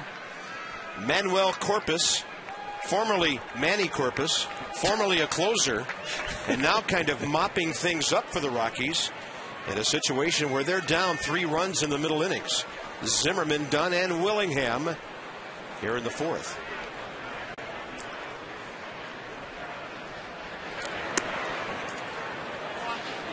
And I did play with Roberto Kelly when he changed his name to Bobby. And then back to Roberto. I liked Bobby Kelly, though. Yeah. He was a fun-loving guy. Roberto, not so much. I think I'm going to be Robert Carpenter for tomorrow's game. And I could be Bobby Dibble. Bobby Dibble. Say that fast 5 times. 83 pitches in 3 innings for Aaron Cook. So the Nats are into the Rockies bullpen here early. That sets a good tone for the rest of this series. Cook struck out a couple. In fact, 2 of the last 3 batters he faced walked 4, gave up 5 runs on 7 hits in 3 innings. Were you always Bob growing up? Yeah, but when I was in trouble, I was Robert. Right, by our mothers. Yeah. But when they say your middle name, you're dead. Look at Zimmerman. Oh, he is smoking the ball. 3 Hard hit balls. And nothing. 0 for 3. You get nothing and like it. No, but just keep swinging it. Those will fall. All my siblings and a lot of my friends still call me Robbie. And that was my name growing up. Zim hitting another rifle shot. Beautiful Exmo. Pick up the front foot. Put it down. Head down. Drive through the ball. After that, you can't control that you're hitting it right at somebody. And he's going, maybe 3 of the hardest balls I've hit all year, and I got nothing. Nothing. Adam Dunn. Yeah, then he hits a bloop to center field that drops for a double because nobody can see it. It's a little darker now, so this one's no problem. 2 quick outs. College students, you only have 3 more games after tonight to do this in the month of April. Monday through Thursday games, and of course now it's Tuesday through Thursday starting tomorrow. You can get half off presenting your ID on tickets valued at $10 or more. Now that's day of game here at the ballpark at the box office. Get 50% off, get your red on, and go Nats. Now does a flex fuel car count as kind of going green? Flex fuel car? Yeah, it'll take ethanol. I don't know. What's the price of corn these days? I don't know. You're from the Midwest. No, we do wheat out where I'm at. Oh, you're a cream of wheat guy. Cream corn, you know, all that stuff. Why would you drop that one in on me at this particular time? It was just a lame attempt at humor. Okay. We'll get used to it. You didn't like cream of wheat growing up? Heck no. You weren't a grits guy, were you? No. Okay. I'm a city boy. I was a cream of wheat oatmeal guy. Well, it was fun to go to places like Cedar Rapids where Quaker Oats has their huge plant. You see the world when you're a ball player, don't you? Yes, you do. A lot of cornfields. I actually enjoyed Oregon and Washington my first year. Went from Montana up to the Northwest League. Eugene Emeralds in Eugene, Oregon. I believe they are named that to this day. Really? I remember sending a scorebook to their announcer at that very name address. Your scorebooks have seen the country, seen the world. They have.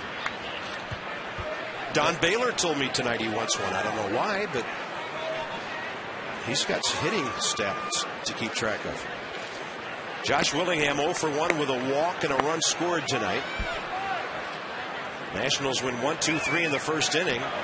Anything but that in the second and third when they sent up a combined 17 hitters those 2 frames. And now Willingham trying to reach here with 2 outs, bases empty in the 4th. A hammer from Florence, Alabama. A lot of fishing around there. Drove right through there on our way home last year from Atlanta.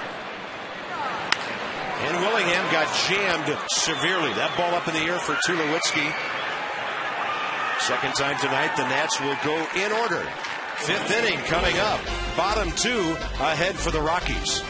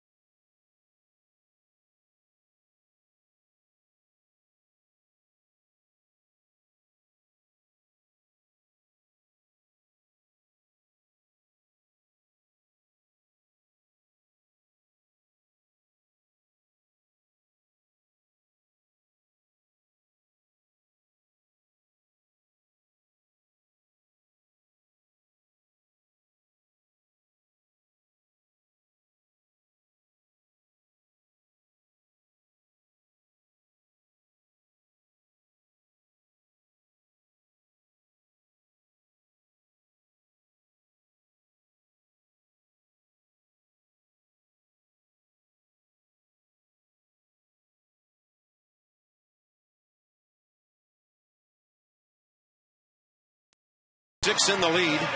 3 second. George is third. What happened? We make one edit and Teddy's fourth. Teddy Roosevelt again on the cutting room floor. Leaving Teddy behind.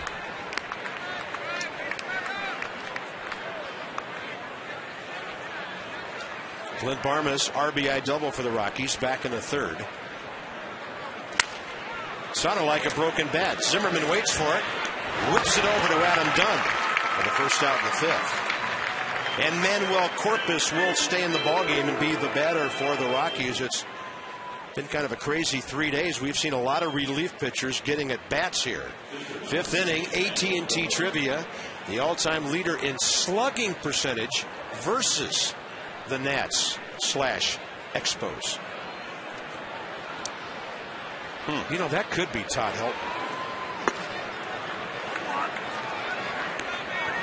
Although, if that includes numbers from last week, Chase Utley has to be up that list. That's cold. I mean, he has worn our ball club out this year. How about the Marlins going up there and I was going to say pitching well in 2 games? Marlins shut them down. Yeah. Ricky Nolasco, and then the young man they got from Detroit, Nate Robertson, yesterday. Now, who would have thought that? Nate had scuffled the last couple of years, which sent him over to the National League. You give him a couple of outs at the bottom of the order, and voila! Manuel Corpus, by the way, has had 2 career at-bats. One of them this year. He's 0 for 2. Let's see now. He's been in the big leagues for 1, 2, 3, 4 years. So if he goes without a hit this year, he'll be right there with somebody I know. Oh, man. Now I like it, though. You're coming back on me hard. I did tell this story today. It took me 5 seasons to get my first hit in the major leagues. But then you batted 1,000. Then I batted 1,000, batted 500 before I retired, but 0 for 20. Swing and a miss, 2 outs. I don't want to hear about a guy's 0 for 20 in the same season. I was 0 for 20 over 4 seasons. Yeah. Well, and in the infamous words of Josh Willingham, who was listening to us have that conversation, in his typical understated southern drawl, he said, "Man, that's a long slope." Get the hammer. I love the hammer. Bases empty, 2 outs, and here's Carlos Gonzalez. Josh doesn't have a whole lot to say, but I love hearing it when he does.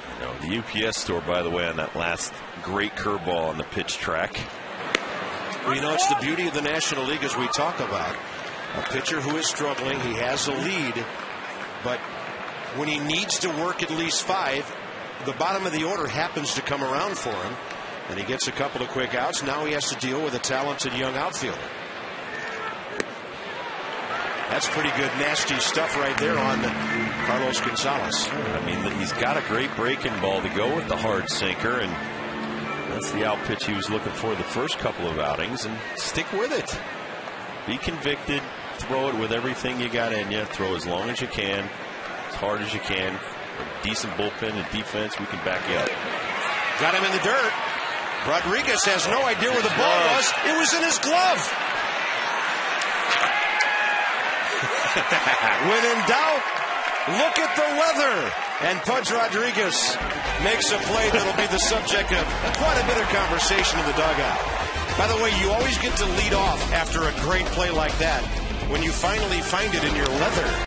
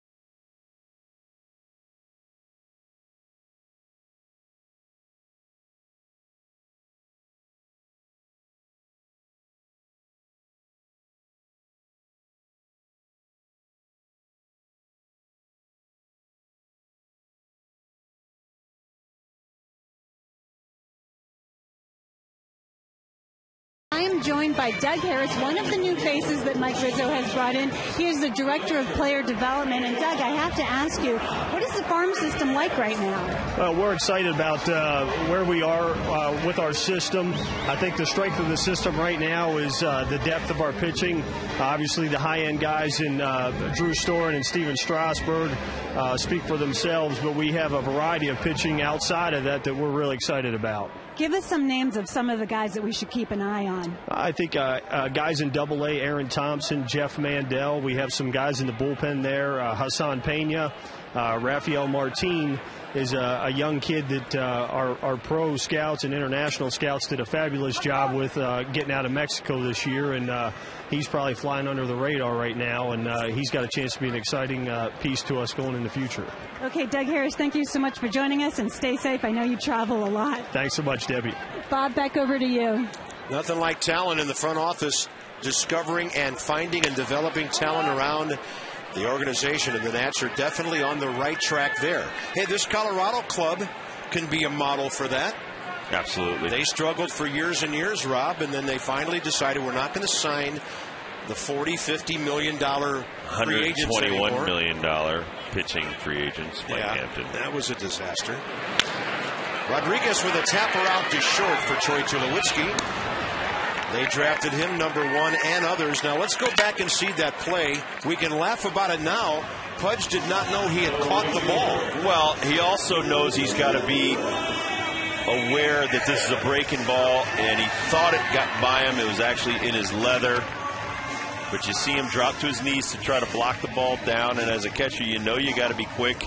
And he's looking, where's the ball? Where's the ball? Oh, it's in my glove. So I told you yesterday, it's a humbling game sometimes. Yeah. But now he's not going to hear the end of that for a while. Well, you know, you see a play like that, and we've seen baseballs disappear under the chest protector. We've seen infielders. I saw Ryan Zimmerman a couple years ago. The ball went into his shirt. Right. So, or some Midwestern people would say inside his blouse. Hockey people would say his sweater. Well, the only thing that matters is strikeout. Top of the 5th inning was over. Pudge is gone. Willie Harris having a great night with 4 RBIs. Of the 5 the Nats have scored. Talk about breaking out in a big way. Look at that average at home. Yeah. Well, Willie has always played well in this ballpark. Our fans adore him because they know that whether he's in the lineup or not, he's going to get into the game at some point, and he's going to give a very honest effort for a day's pay, and the fans appreciate guys like that. Willie really is a throwback type player.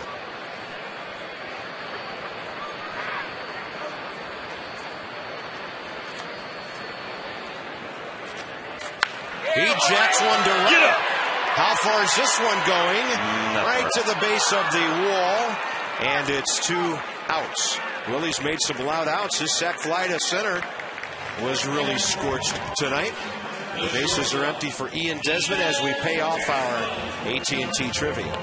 All-time leader in slugging percentage against the Nats and the Expos. I don't know. Willie Stargell? It was Todd Helton. Now, we don't see I him. think you and the truck read the same media guide. I totally guessed that off the cuff. Because, Rob, I was thinking maybe somebody we only see 6 times a year can put up some numbers here and there. And all right, we got to stop getting the trivia out of the media guides moving forward. At least use like a baseball almanac. Well, they could have said who was Todd Helton's college roommate or a teammate at the University of Tennessee. Peyton Manning. I would have said Jerry Colquitt and been right. So would you. Well, who's he the backup to? You know, Todd beat out Peyton Manning for the number 2 spot behind Jerry Colquitt in '94 before Todd eventually turned to baseball and everybody found out that there was something special about that kid from New Orleans by the name of Manning. Well, we got a couple of would-be quarterbacks in this game tonight. Adam Dunn could have been the quarterback in Texas. I'm glad they both chose to play some ball. Some baseball. And if any of you fans come into the ballpark tomorrow, Wednesday, or Thursday, get a chance. If you have the chance, get Todd Helton's autograph. It's one of the neatest things you'll ever see on a baseball cap or a scorecard. He has a truly amazing autograph. It's right up there with Keith Hernandez and a few others. As something you'll look at and say, wow. So he's one of the few ball players that spells his name correctly? That you can actually read the name on the ball, yeah. I love when you sign something and somebody's like, what's it say? Yeah. Oops. Manny Ramirez, horrible autograph. Willie Mays, tremendous autograph. Very good. Yeah, the old timers had much better autographs than the ones these days. Well, I think the penmanship was better back then.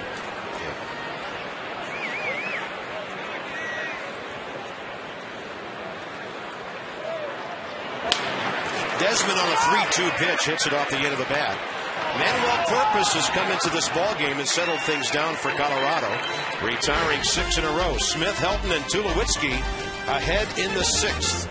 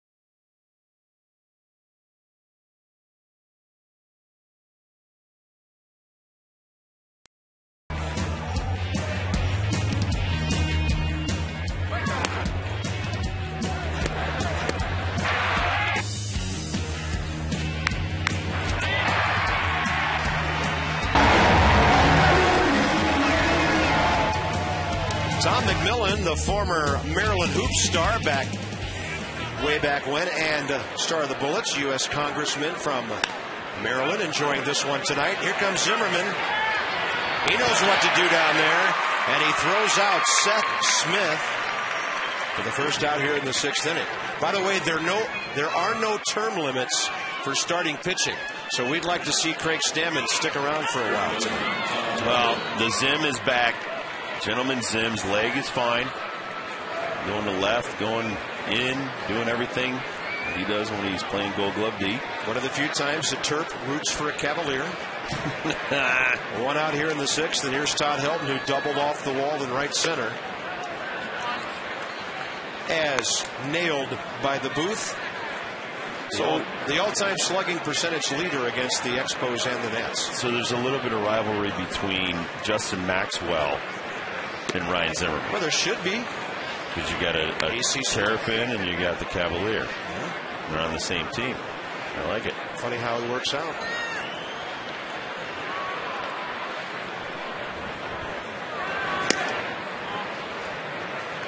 Now, if we can find Adam Dunn in Oklahoma sooner, things will really get interesting.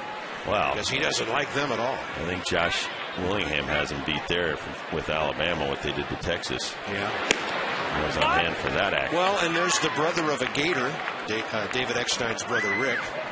So a little Alabama-Florida thing there. Oh, I thought it was one of Burt Reynolds' kids.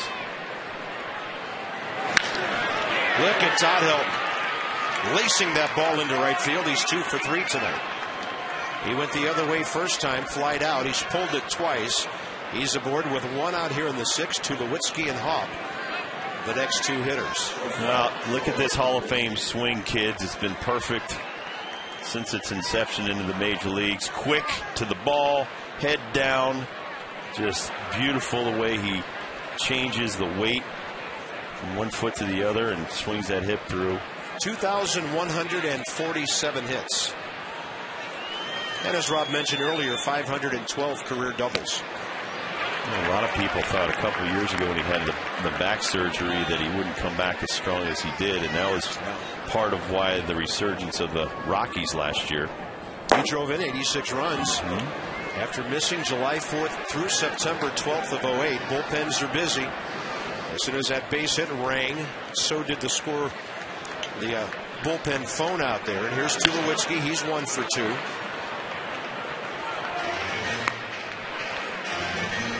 Stammen started the 6th inning with 68 pitches, 44 strikes. So the ratio of strikes to balls very good.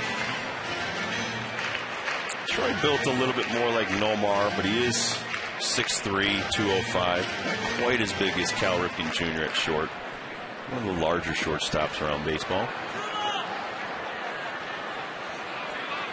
32 big flies last year. Got some good pop. You remember when middle infielders hit 200 and didn't even hit home runs. They'll have to hurry for 2. Desmond to Kennedy. Out at first base. On a sparkling 6-4-3 when Adam Kennedy had to turn that very quickly in the middle. Nats turned their second double play of the night.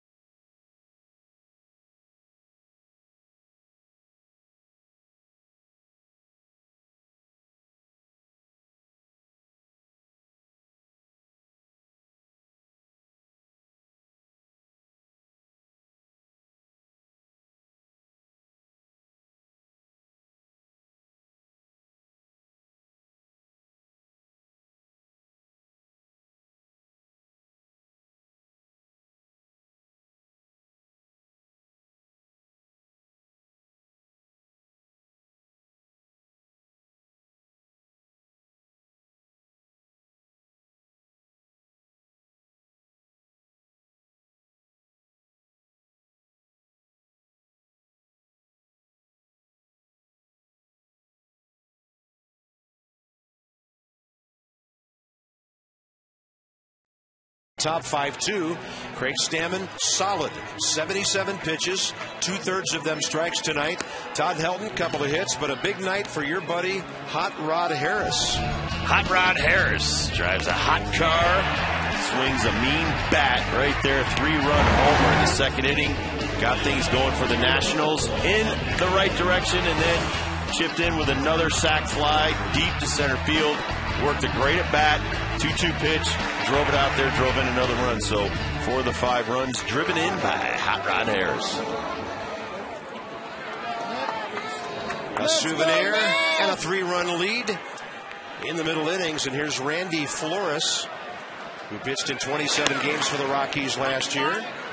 For several years, a situational left-hander for Tony La Russa in St. Louis, who at the time he left USC was the all-time winningest pitcher in the history of that program. That's something to be proud of out there. USC? Isn't that one of the best? Might have been UCLA. Let me okay. Yeah. No, it's USC. Had it right first time. It's one of the best programs money can buy. We used to kid Rodney Pete about that. Oh, okay. One of my former judges. You wouldn't say that to Rod Dado's face. No, I would not. No, their baseball program has been phenomenal. He was fantastic. It's a big unit. Randy Johnson. I know Mark McGuire's out of there. Well, Randy Flores was going to give up baseball and try to get into the Air Force Academy. And his dad told him, why don't you take one more shot? So he went to USC, and here he is. He's been in the big leagues for about 7 years. So listen to Dad when you're in doubt. I talked to Justin Maxwell about that today. He almost went in the Air Force. He wanted to fly jets at one time. His dad being a Navy man. Had some aspirations of maybe flying jets, Air Force or Navy.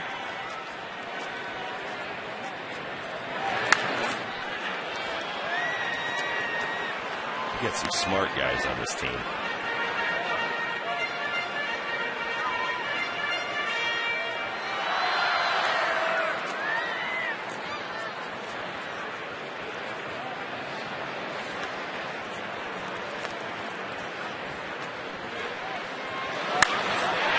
Stammen drills one to right, and a sliding catch by Brad Hawk. Even the Nationals pitcher is a tough out tonight. Washington hitting the ball extremely hard all evening long. Zimmerman's been very unlucky, and now it's even Stammen. This ball is laced right here. Flores gets it up, and the big, strong Craig Stammen gives it a little bit of a ride, but oh, there's a hop out there. And he is an excellent right fielder, as Bob said, all-star. One of the best left-handed arms, one of the best outfielder arms in the major leagues, period. They stopped running on him last year. He only had 5 assists after 9 the year before that. I think Frank Core's already got 2. I know he threw out Adam. We know one he has. Well, no, I watched him in the Cardinal game throw somebody out. But there will come a time when your assist totals go down because they stop running. And actually behind the plate, Pudge Rodriguez is a great example of that. And Yadier Molina. Base runners don't want anything to do with certain guys. Niger takes it up and in. He's had a good night, 2 for 3 with an RBI. Upping his batting average to .250.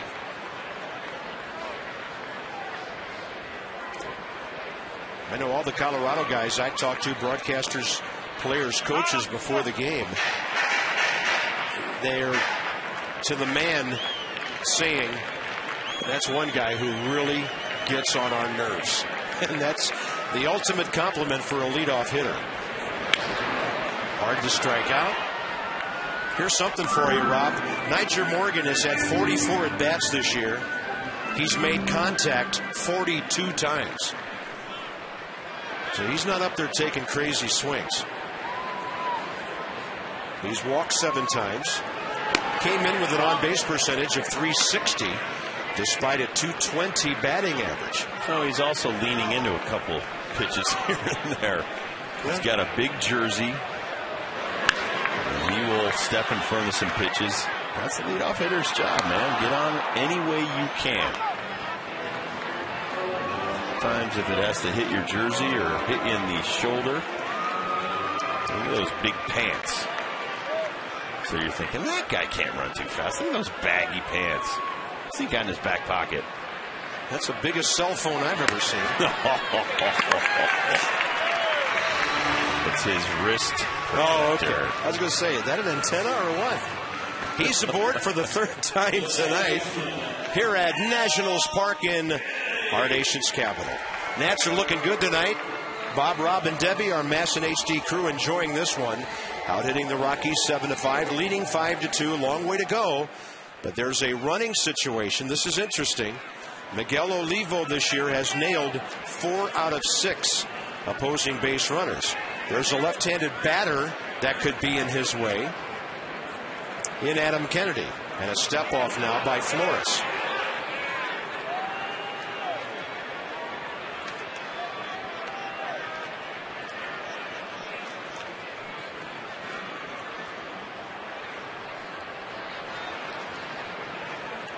1 foot out to the cut of the grass. He is off and running.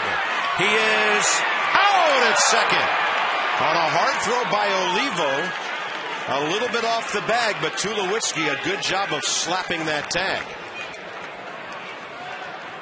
That's the first Nat caught on a straight steal at second base this year. Got a great jump on first movement from Flores, but a solid, perfect throw right here. Look at him skate out to the right-handed side, right-hand batter's box side of the plate because he's got to get away from Kennedy. And there you see the Exmo. Beautiful action on the tag there by Tulowitzki. So Niger, sometimes catchers can get the best of you, but that was still a great jump. Thought he had the base stolen. Beautiful feet first slide. Olivo with a quick release. Base is empty. It's 0-2 to Kennedy. That ball almost grazed his jersey.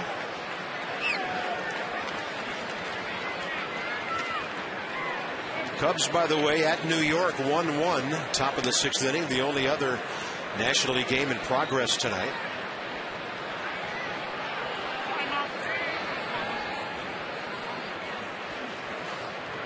Kip Wells and Jonathan Neese starting that game.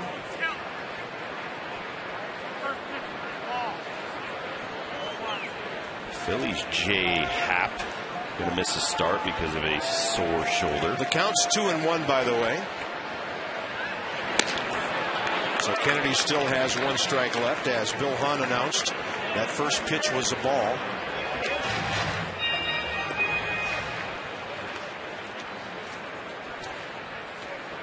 Kennedy 0 for 2 with a walk.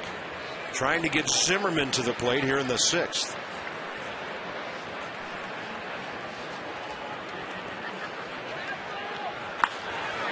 In the air to left for Seth Smith. Rockies are getting good bullpen work. 3 scoreless innings. 5, 6, and 7 coming up for them.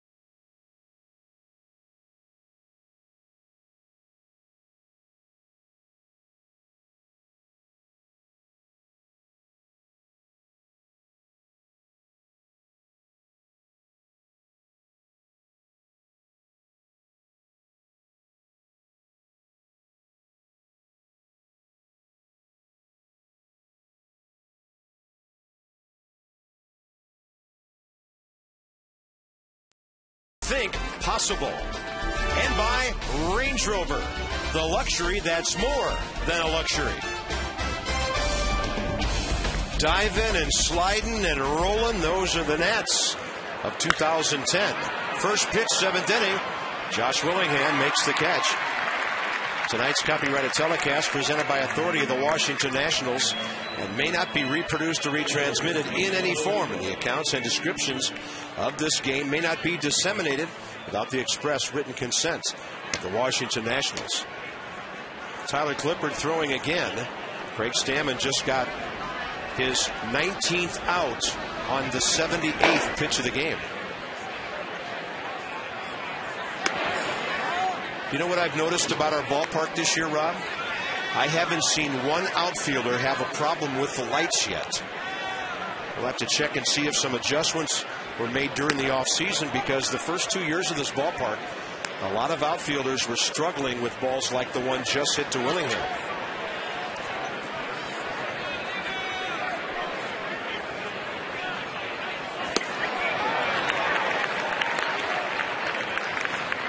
Two and one to Olivo with an RBI ground ball in his 2 trips.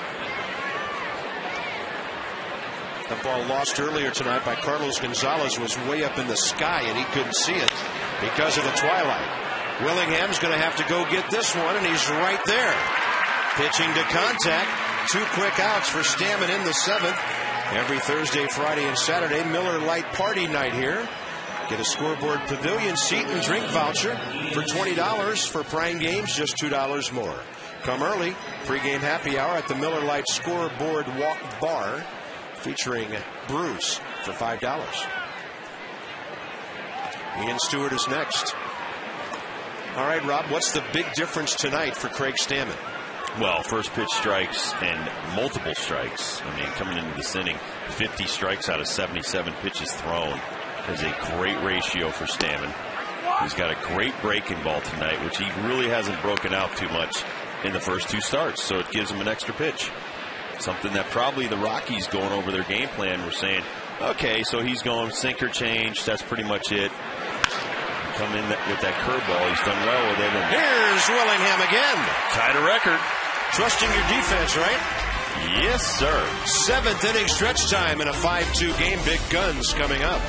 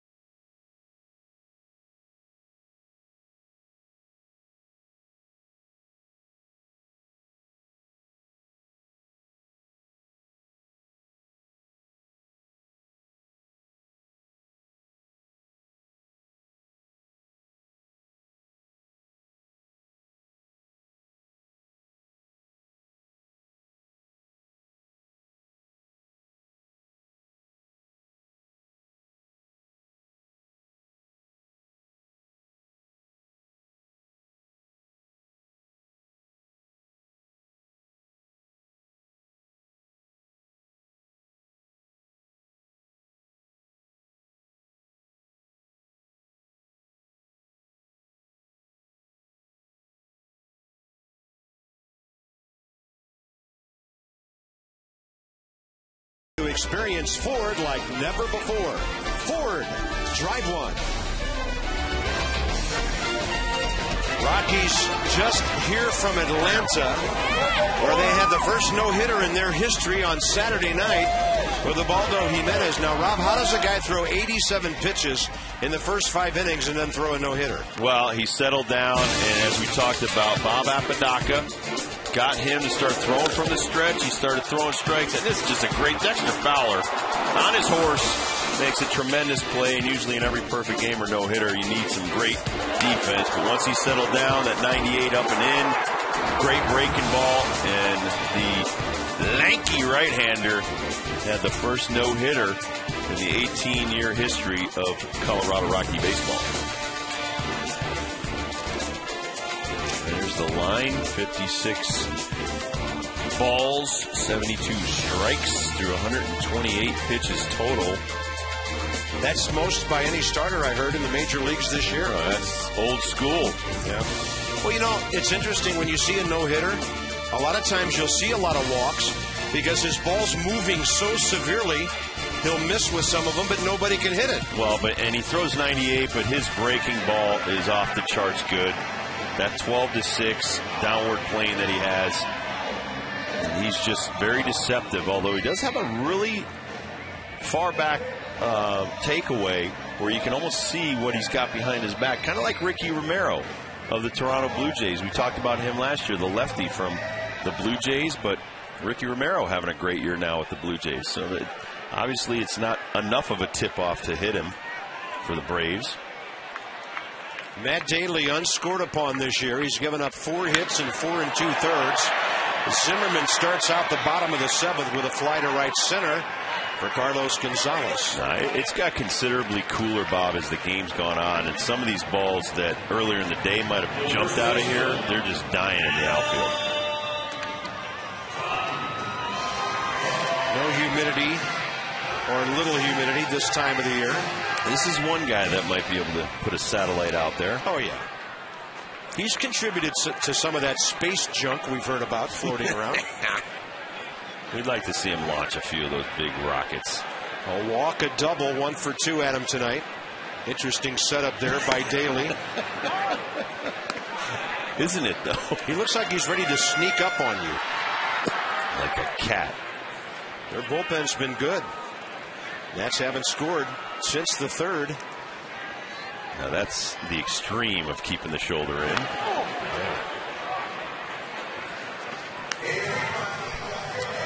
Nationals baseball brought to you in part by Hager. Established 1926. Your own great moment starts at Hager.com.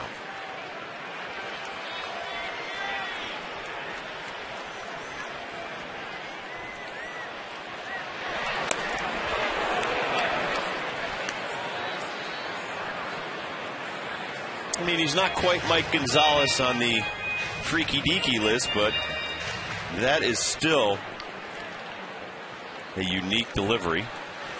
He throws from down under. He throws from the side, so he's trying to be deceptive.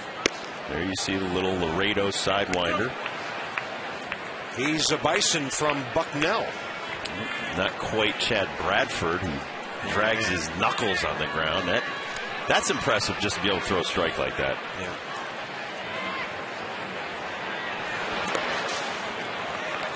Check out another angle on this, Bob.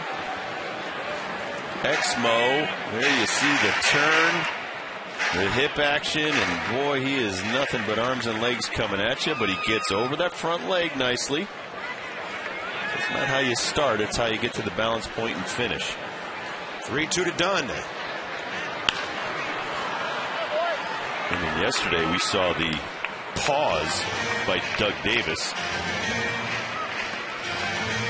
By the way, Sean Burnett warming up. Stammen could start the eighth. He's only thrown 83 pitches.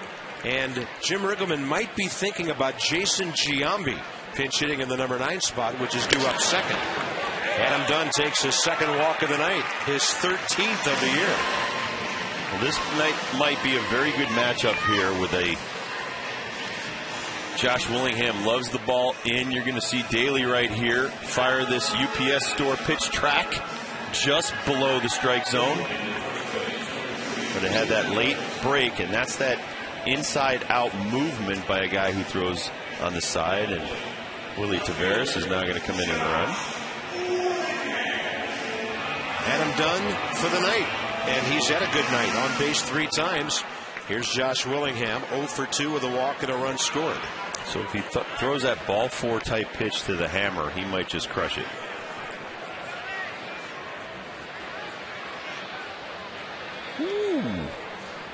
Sidewinder to first as well. He's like a rattlesnake. That's a quick move. I'm going to have to time him.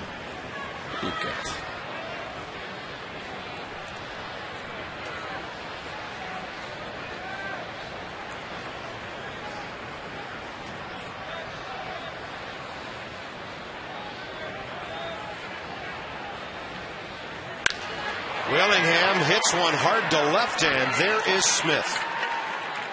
Well, this club's taken great swings tonight. 2 outs. Pudge Rodriguez, 2 for 3 is next. It's all over this sidewinder pitch. The Exmo from the right side. Beautiful. Just caught it off the end of the bat. It's just a millet. About a centimeter one way, a centimeter the other way from going deep. It's always, everybody's just missing balls. Come back to that. Hey, you just missed it. Well, making out you probably just missed it. Pudge Rodriguez, pair of singles, 1 to right, 1 to left.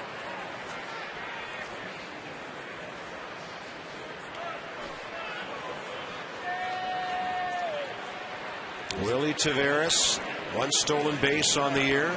The Nats have 14 of them to lead the league. A pitcher good at holding runners, a great throwing catcher.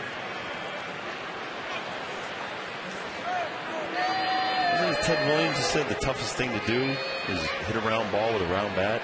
Something like that? I think a lot of guys have said that. Well, and it's, you also don't know what's coming. And this guy, he's throwing from every arm angle and spinning it one way, making it go the other way. You got to try to time that. And there's no guy like there is at the golf tournament holding up a sign that says quiet. All this while you may be insulted. Hey, I enjoyed being insulted. I knew I you thought that was fed respectful. Off that. Oh, yeah. I could see you loving that.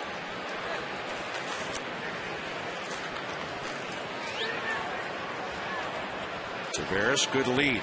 Holding. Pudge with a swing and a foul, 1-1.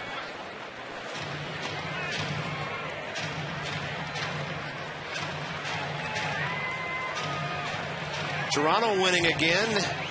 Looking for their 8th win of the year, 8-1 over Kansas City. That's the only other game other than the Mets and the Cubs in progress. Limited schedule on this night.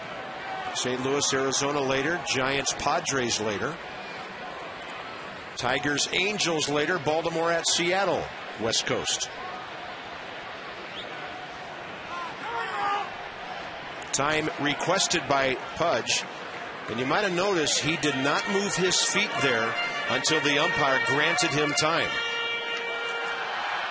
Well, that's a good point, because you can ask for time. That doesn't necessarily mean the umpire is going to grant it. So if you were to step out and he doesn't call time, pitcher throws it, you can get rung up for a strike there. Oh, he was leaning. Almost ducked his shoulder towards second base. Too long.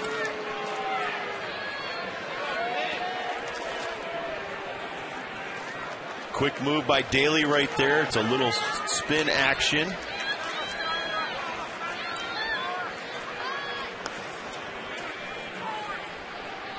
That's a good percentage. Big, slow breaking ball. Would have been a good pitch on which to run, but nobody knew that was coming.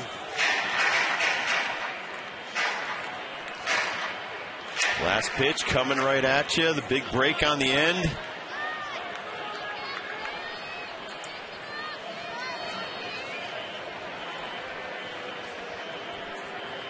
One-two to Pudge. Runner going. Close enough to be hacking, and he broke his bat. That one got him near the trademark. All right, Jake. Pick me out a winner. No, we have another. I think it's another Listash, isn't it? A couple of bad boys in there.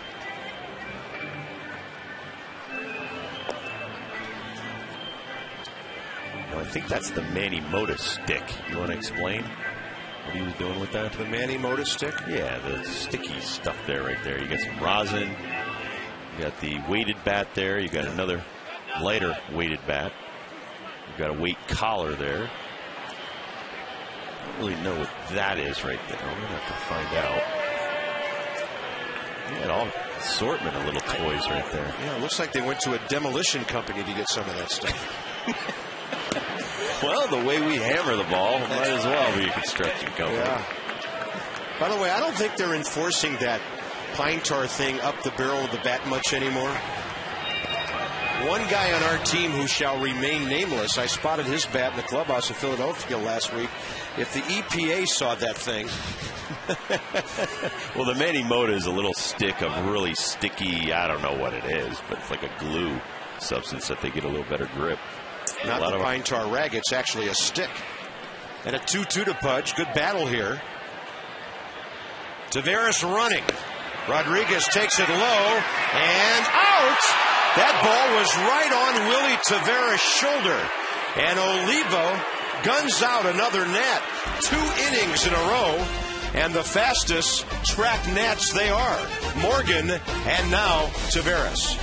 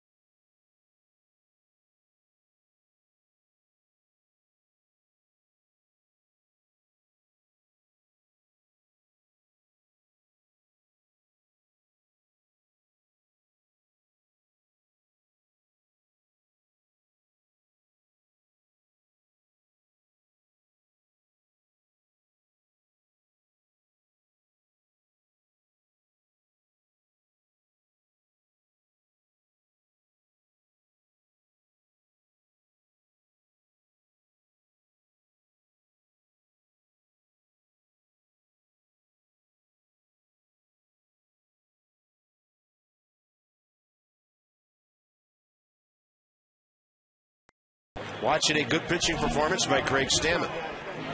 Well, I think the message has been received loud and clear that Craig Stammen wants to stay in the rotation. He will attack you early and often in the strike zone and then get some great defense. There you see a line drive double play to end an inning. There you see a double play, beautifully started by Ian Desmond and quickly turned by Adam Kennedy. So let your defense help you. Try not to walk anybody. And even if you get in a jam, you still got your D behind you. Nationals going into their prevent defense. We'll show you that in a moment on a big Stammen breaking ball foul. As well as Josh Willingham has played left field. Tough to take the hammer out. It is. It's tough to take the hammer out. So Gonzalez at second. Willie Taveras is in right. Yeah, but these guys have world-class speed. Adam Kennedy at first. Willie Harris left. And there's your defense with 6 outs to get. Clint Barmas the hitter. And Stammen throws the ball by him. 5 strikeouts on the night. And the hitter will be Dexter Fowler, who we saw break onto the scene with some serious speed last year. UPS store on the pitch track right here. You can't put that in a box. He just swings and misses, and you'll get nothing and like it. The Rockies would be betting Jason Giambi here if there were men on base. Yeah, they need to get something going, so they're bringing up a speedster. Fowler hit .266 with 27 stolen bases last year as a rookie. And you want to attack this guy. The reason he's not playing every day right now, he's struggling at the plate, hitting below 200. Go get this guy. Desmond with a pick. Got to throw quick. Out at first base. Ian Desmond with the range and the arm. 2 down.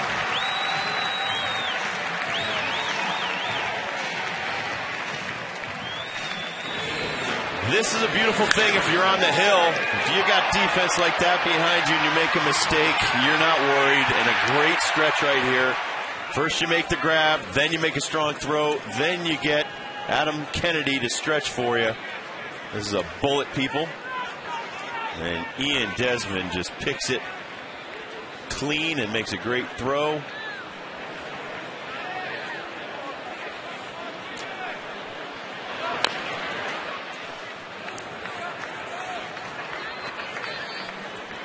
This is a beautiful play right there. We talked about what Ryan Zimmerman can bring, and now you got the young Ian Desmond picking it. It's some wonderful defense out there behind the pitchers now.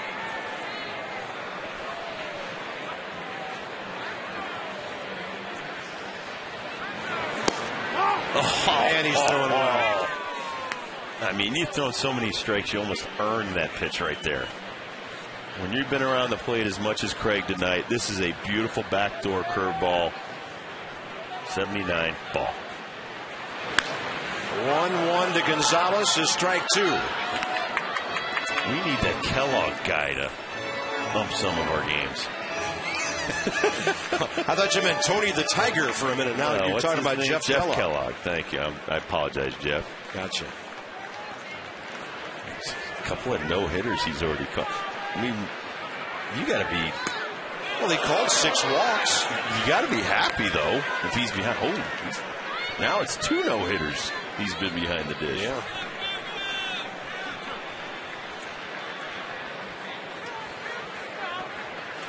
Two balls and 2 strikes to Gonzalez. Had him reaching. Willie Harris is cruising, and so is Craig Stammen. 8 outstanding innings of 5-hit, 2-run baseball.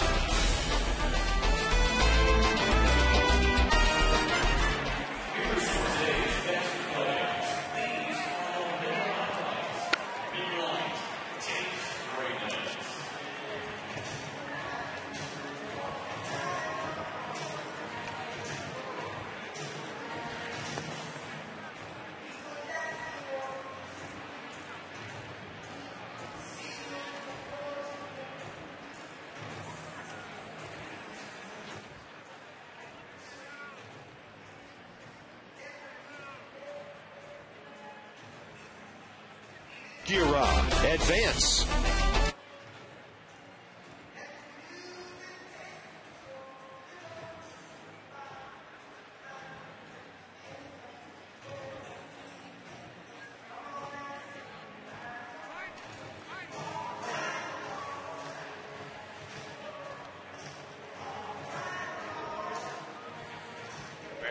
Okay, I got it.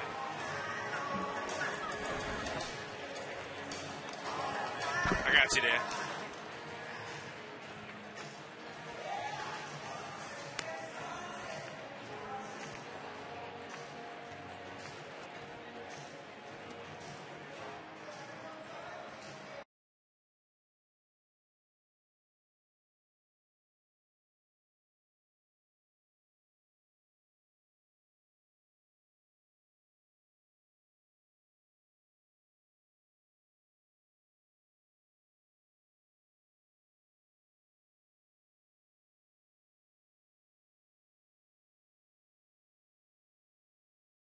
Time, and Craig Stammen getting through 8 with this fly ball. Yeah, but this is what I'm talking about. Stammen has no idea how many outs he has, doesn't care. I'm just going to wander around. Oh, what, 3 outs? Oh, okay. I'll get off the field. So he is locked in right now, and that's what we call focus. What a comeback after his nightmare of an outing at Philadelphia when he only retired 4 batters and gave up 7 runs on 7 hits. Here's our old friend Joe Beimel to pitch for the Rockies in the 8th. I was just told, Bob, 11.75 pitches per inning by Craig Stammen tonight. So it's almost 9 pitches better than the first 2 starts this season per inning. And no, I didn't do the math. That's okay. You broke the story. I know. Rodriguez at the plate when Taveras was gunned out by Olivo. So Pudge 2 for 3 tonight.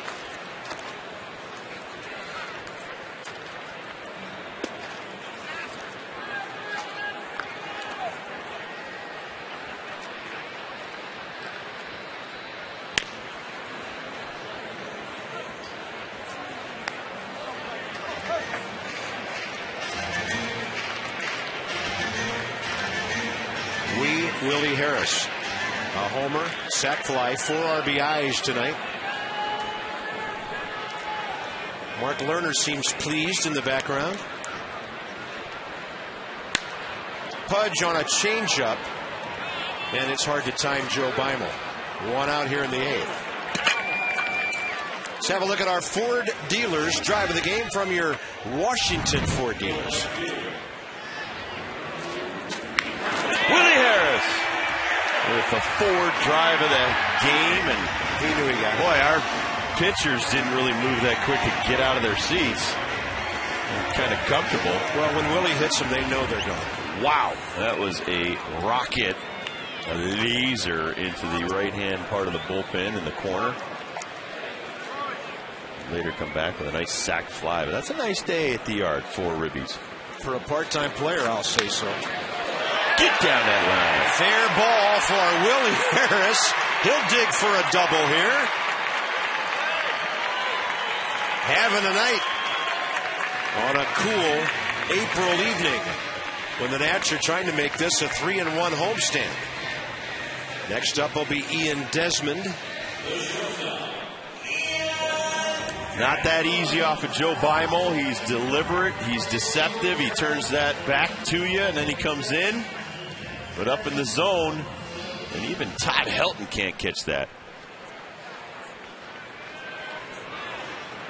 Desmond 0 for 2 with a walk, and a fantastic defensive play on speedy Dexter Fowler a few minutes ago. Oh, and a great turn on a double play. He has really taken shortstop by storm for the Nationals this year. We know he can make the spectacular play. Now he just needs to make all the routine plays to really establish himself over there.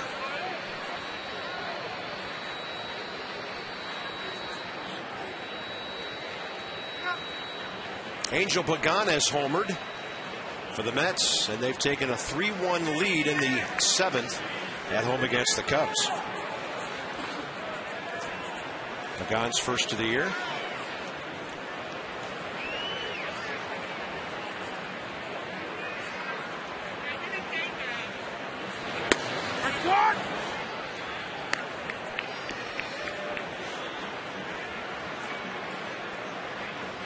Stammen due up next. He will not be hitting. Justin Maxwell's in the on-deck circle as Matt Capps warms.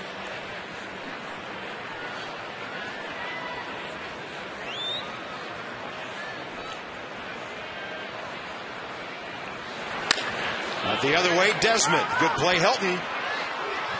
Beimel wins the race to the bag for the second out. And Justin Maxwell will be the hitter here with 2 outs in the 8th. Follow the Nats on your iPhone, iPod Touch, BlackBerry, and Android phone with MLB.com at Bat 2010. It features play-by-play, video highlights, and live audio broadcasts. Well, we also have Sean Burnett down there, Bob, maybe in case of a Jason Giambi sighting, if he were to pinch hit. Or he could pitch to the first 2 guys, Smith and Helton. We saw him start an inning the other day against a left-handed batter, and then Matt Capps came in. They'll walk Maxwell and take their chances with Nigel Morgan.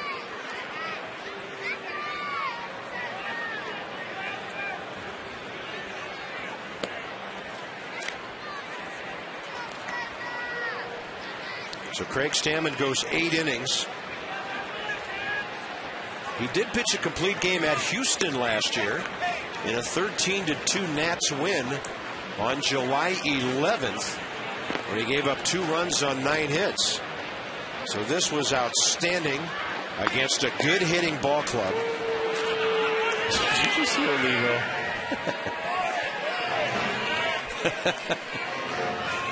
Oh, I love this game. Coming up is Verizon Fios Nats Extra. Johnny and Ray are here in the yard to talk about a big night for Willie Harris. Live manager thoughts. Scott Olson, Jorge De La Rosa tomorrow. By the way, Rob, Craig Stammen walked 1 batter in 8 innings and struck out 5. Pitched to contact most of the night.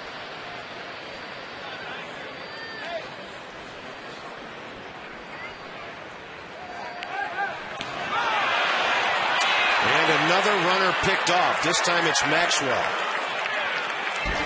It's good to have speed, but the Nats have been a little careless. 3 pickoffs this week.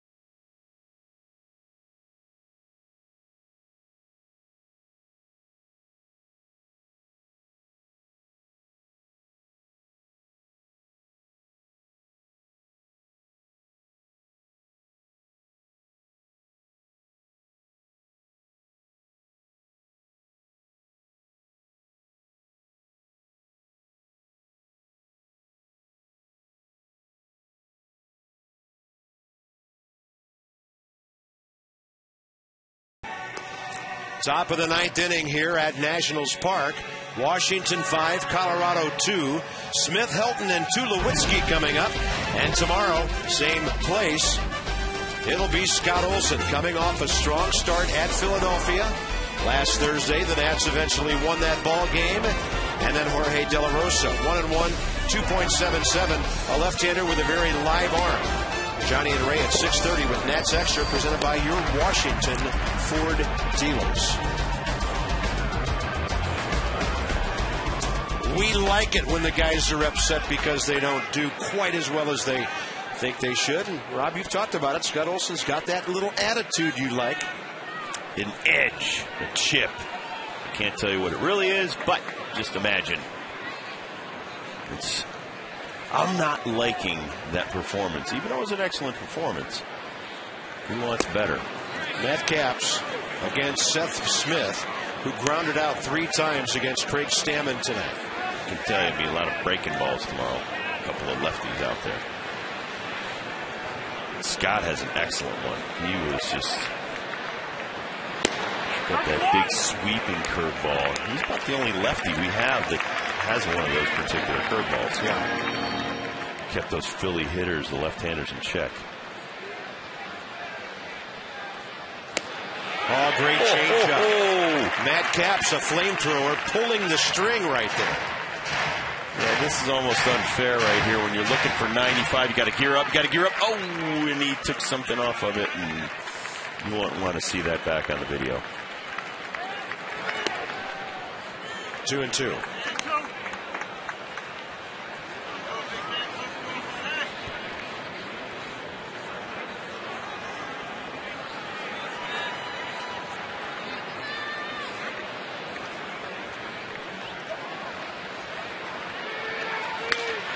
Goes after him and gets a fly ball to Willie Harris. You got a hot rod parked there.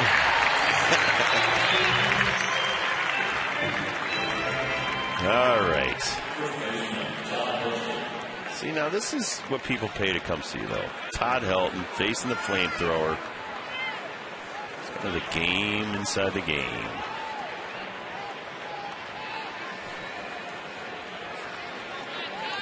I remember Bob Welsh versus Reggie Jackson. Yeah. Pumps 94 in there. Keep going. I'm liking your play-by-play. Oh, no. That's no, I'm just having flashbacks. This is Dibble against Larry Walker right here. So what's going on? Larry, I'm ahead 0-2. I'm throwing my hardest slider right at his back foot. Because Larry's squeezing that bat into sawdust. But see, Todd Helton's a little bit different. He's thinking like Will Clark. I'm going to take that 95 for a ride to left center field. Yep. 0-2 with 1 out. Capps does go inside on him. Inside and hard, though, 95. That shows you how, even at Todd's age, how talented these men are. He's all over that 95. Troy Tulowitzki, who the Nats would love to see batting. Bases empty. 1 out to go. And the 0-2 from Capps.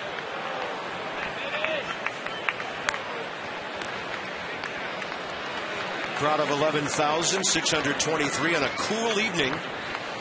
We've seen a very entertaining, well-pitched, well-played ball game. Helton gets under it. It's going to stay in the yard for Willie Taveras.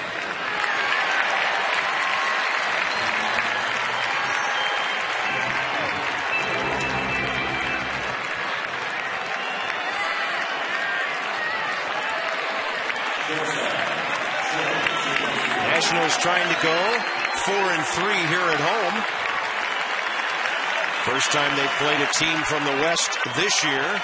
And Tulowitzki 1 for 3 with a single steps in.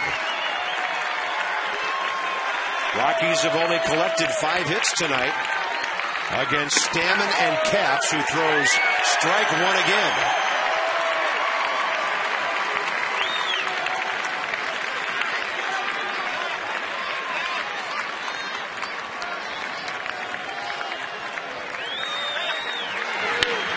Reaches out and gets a base hit. Tulowitzki.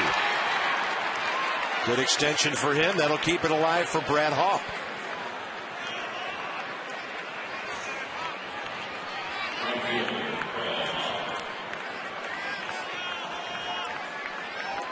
Might be a little bit wet. Matt Caps won another ball. You saw Tulowitzki, though. Got the 95 in there for a strike. Comes back. The 85 slider. Right along with the count. He just smacks it right back up the middle.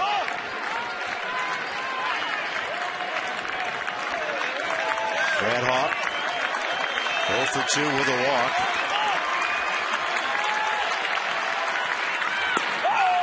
And Tulowitzki takes second base.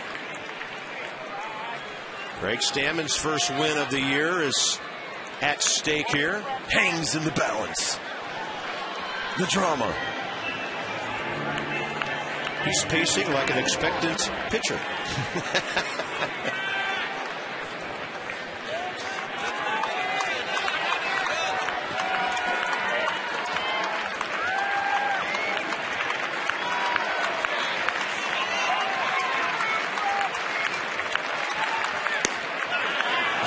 Fastball just missing 2-0. Well, he's been consistent. He hasn't given that pitch. Outside, going away. This is 93 with great movement. Ball. Do it again. That's right in there. Well, and you can see the difference between a two-seam riding fastball that goes away from the lefty, and that was just straight four-seam cheese.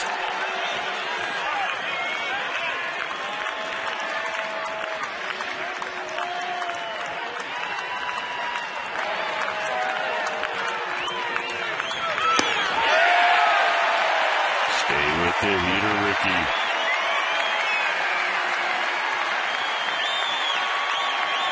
All right, Bob. What do you think? What should he throw? He just blew 2 fastballs right by this guy. Well, don't speed up his bat, overpower him, and pop him up. There you go. Helton just missed that slider. Just got under it.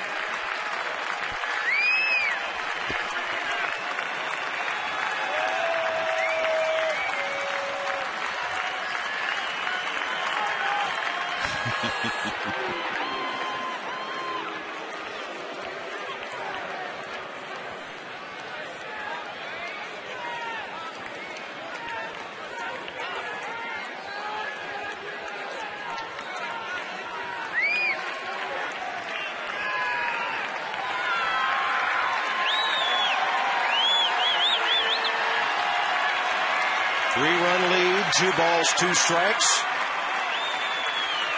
And you see Matt Capps getting a lot of leverage against the rubber. And a foul tip hit the top of Pudge's mitt before going back.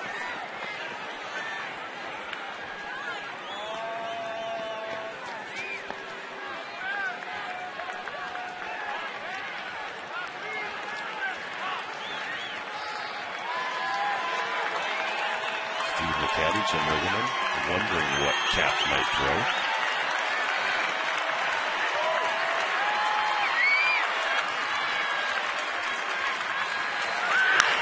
And a bounce to short. Desmond charges.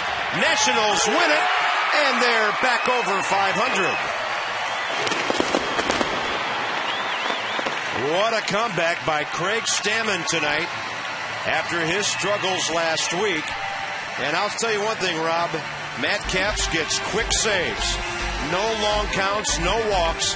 Back to a happy Nationals Park in a moment.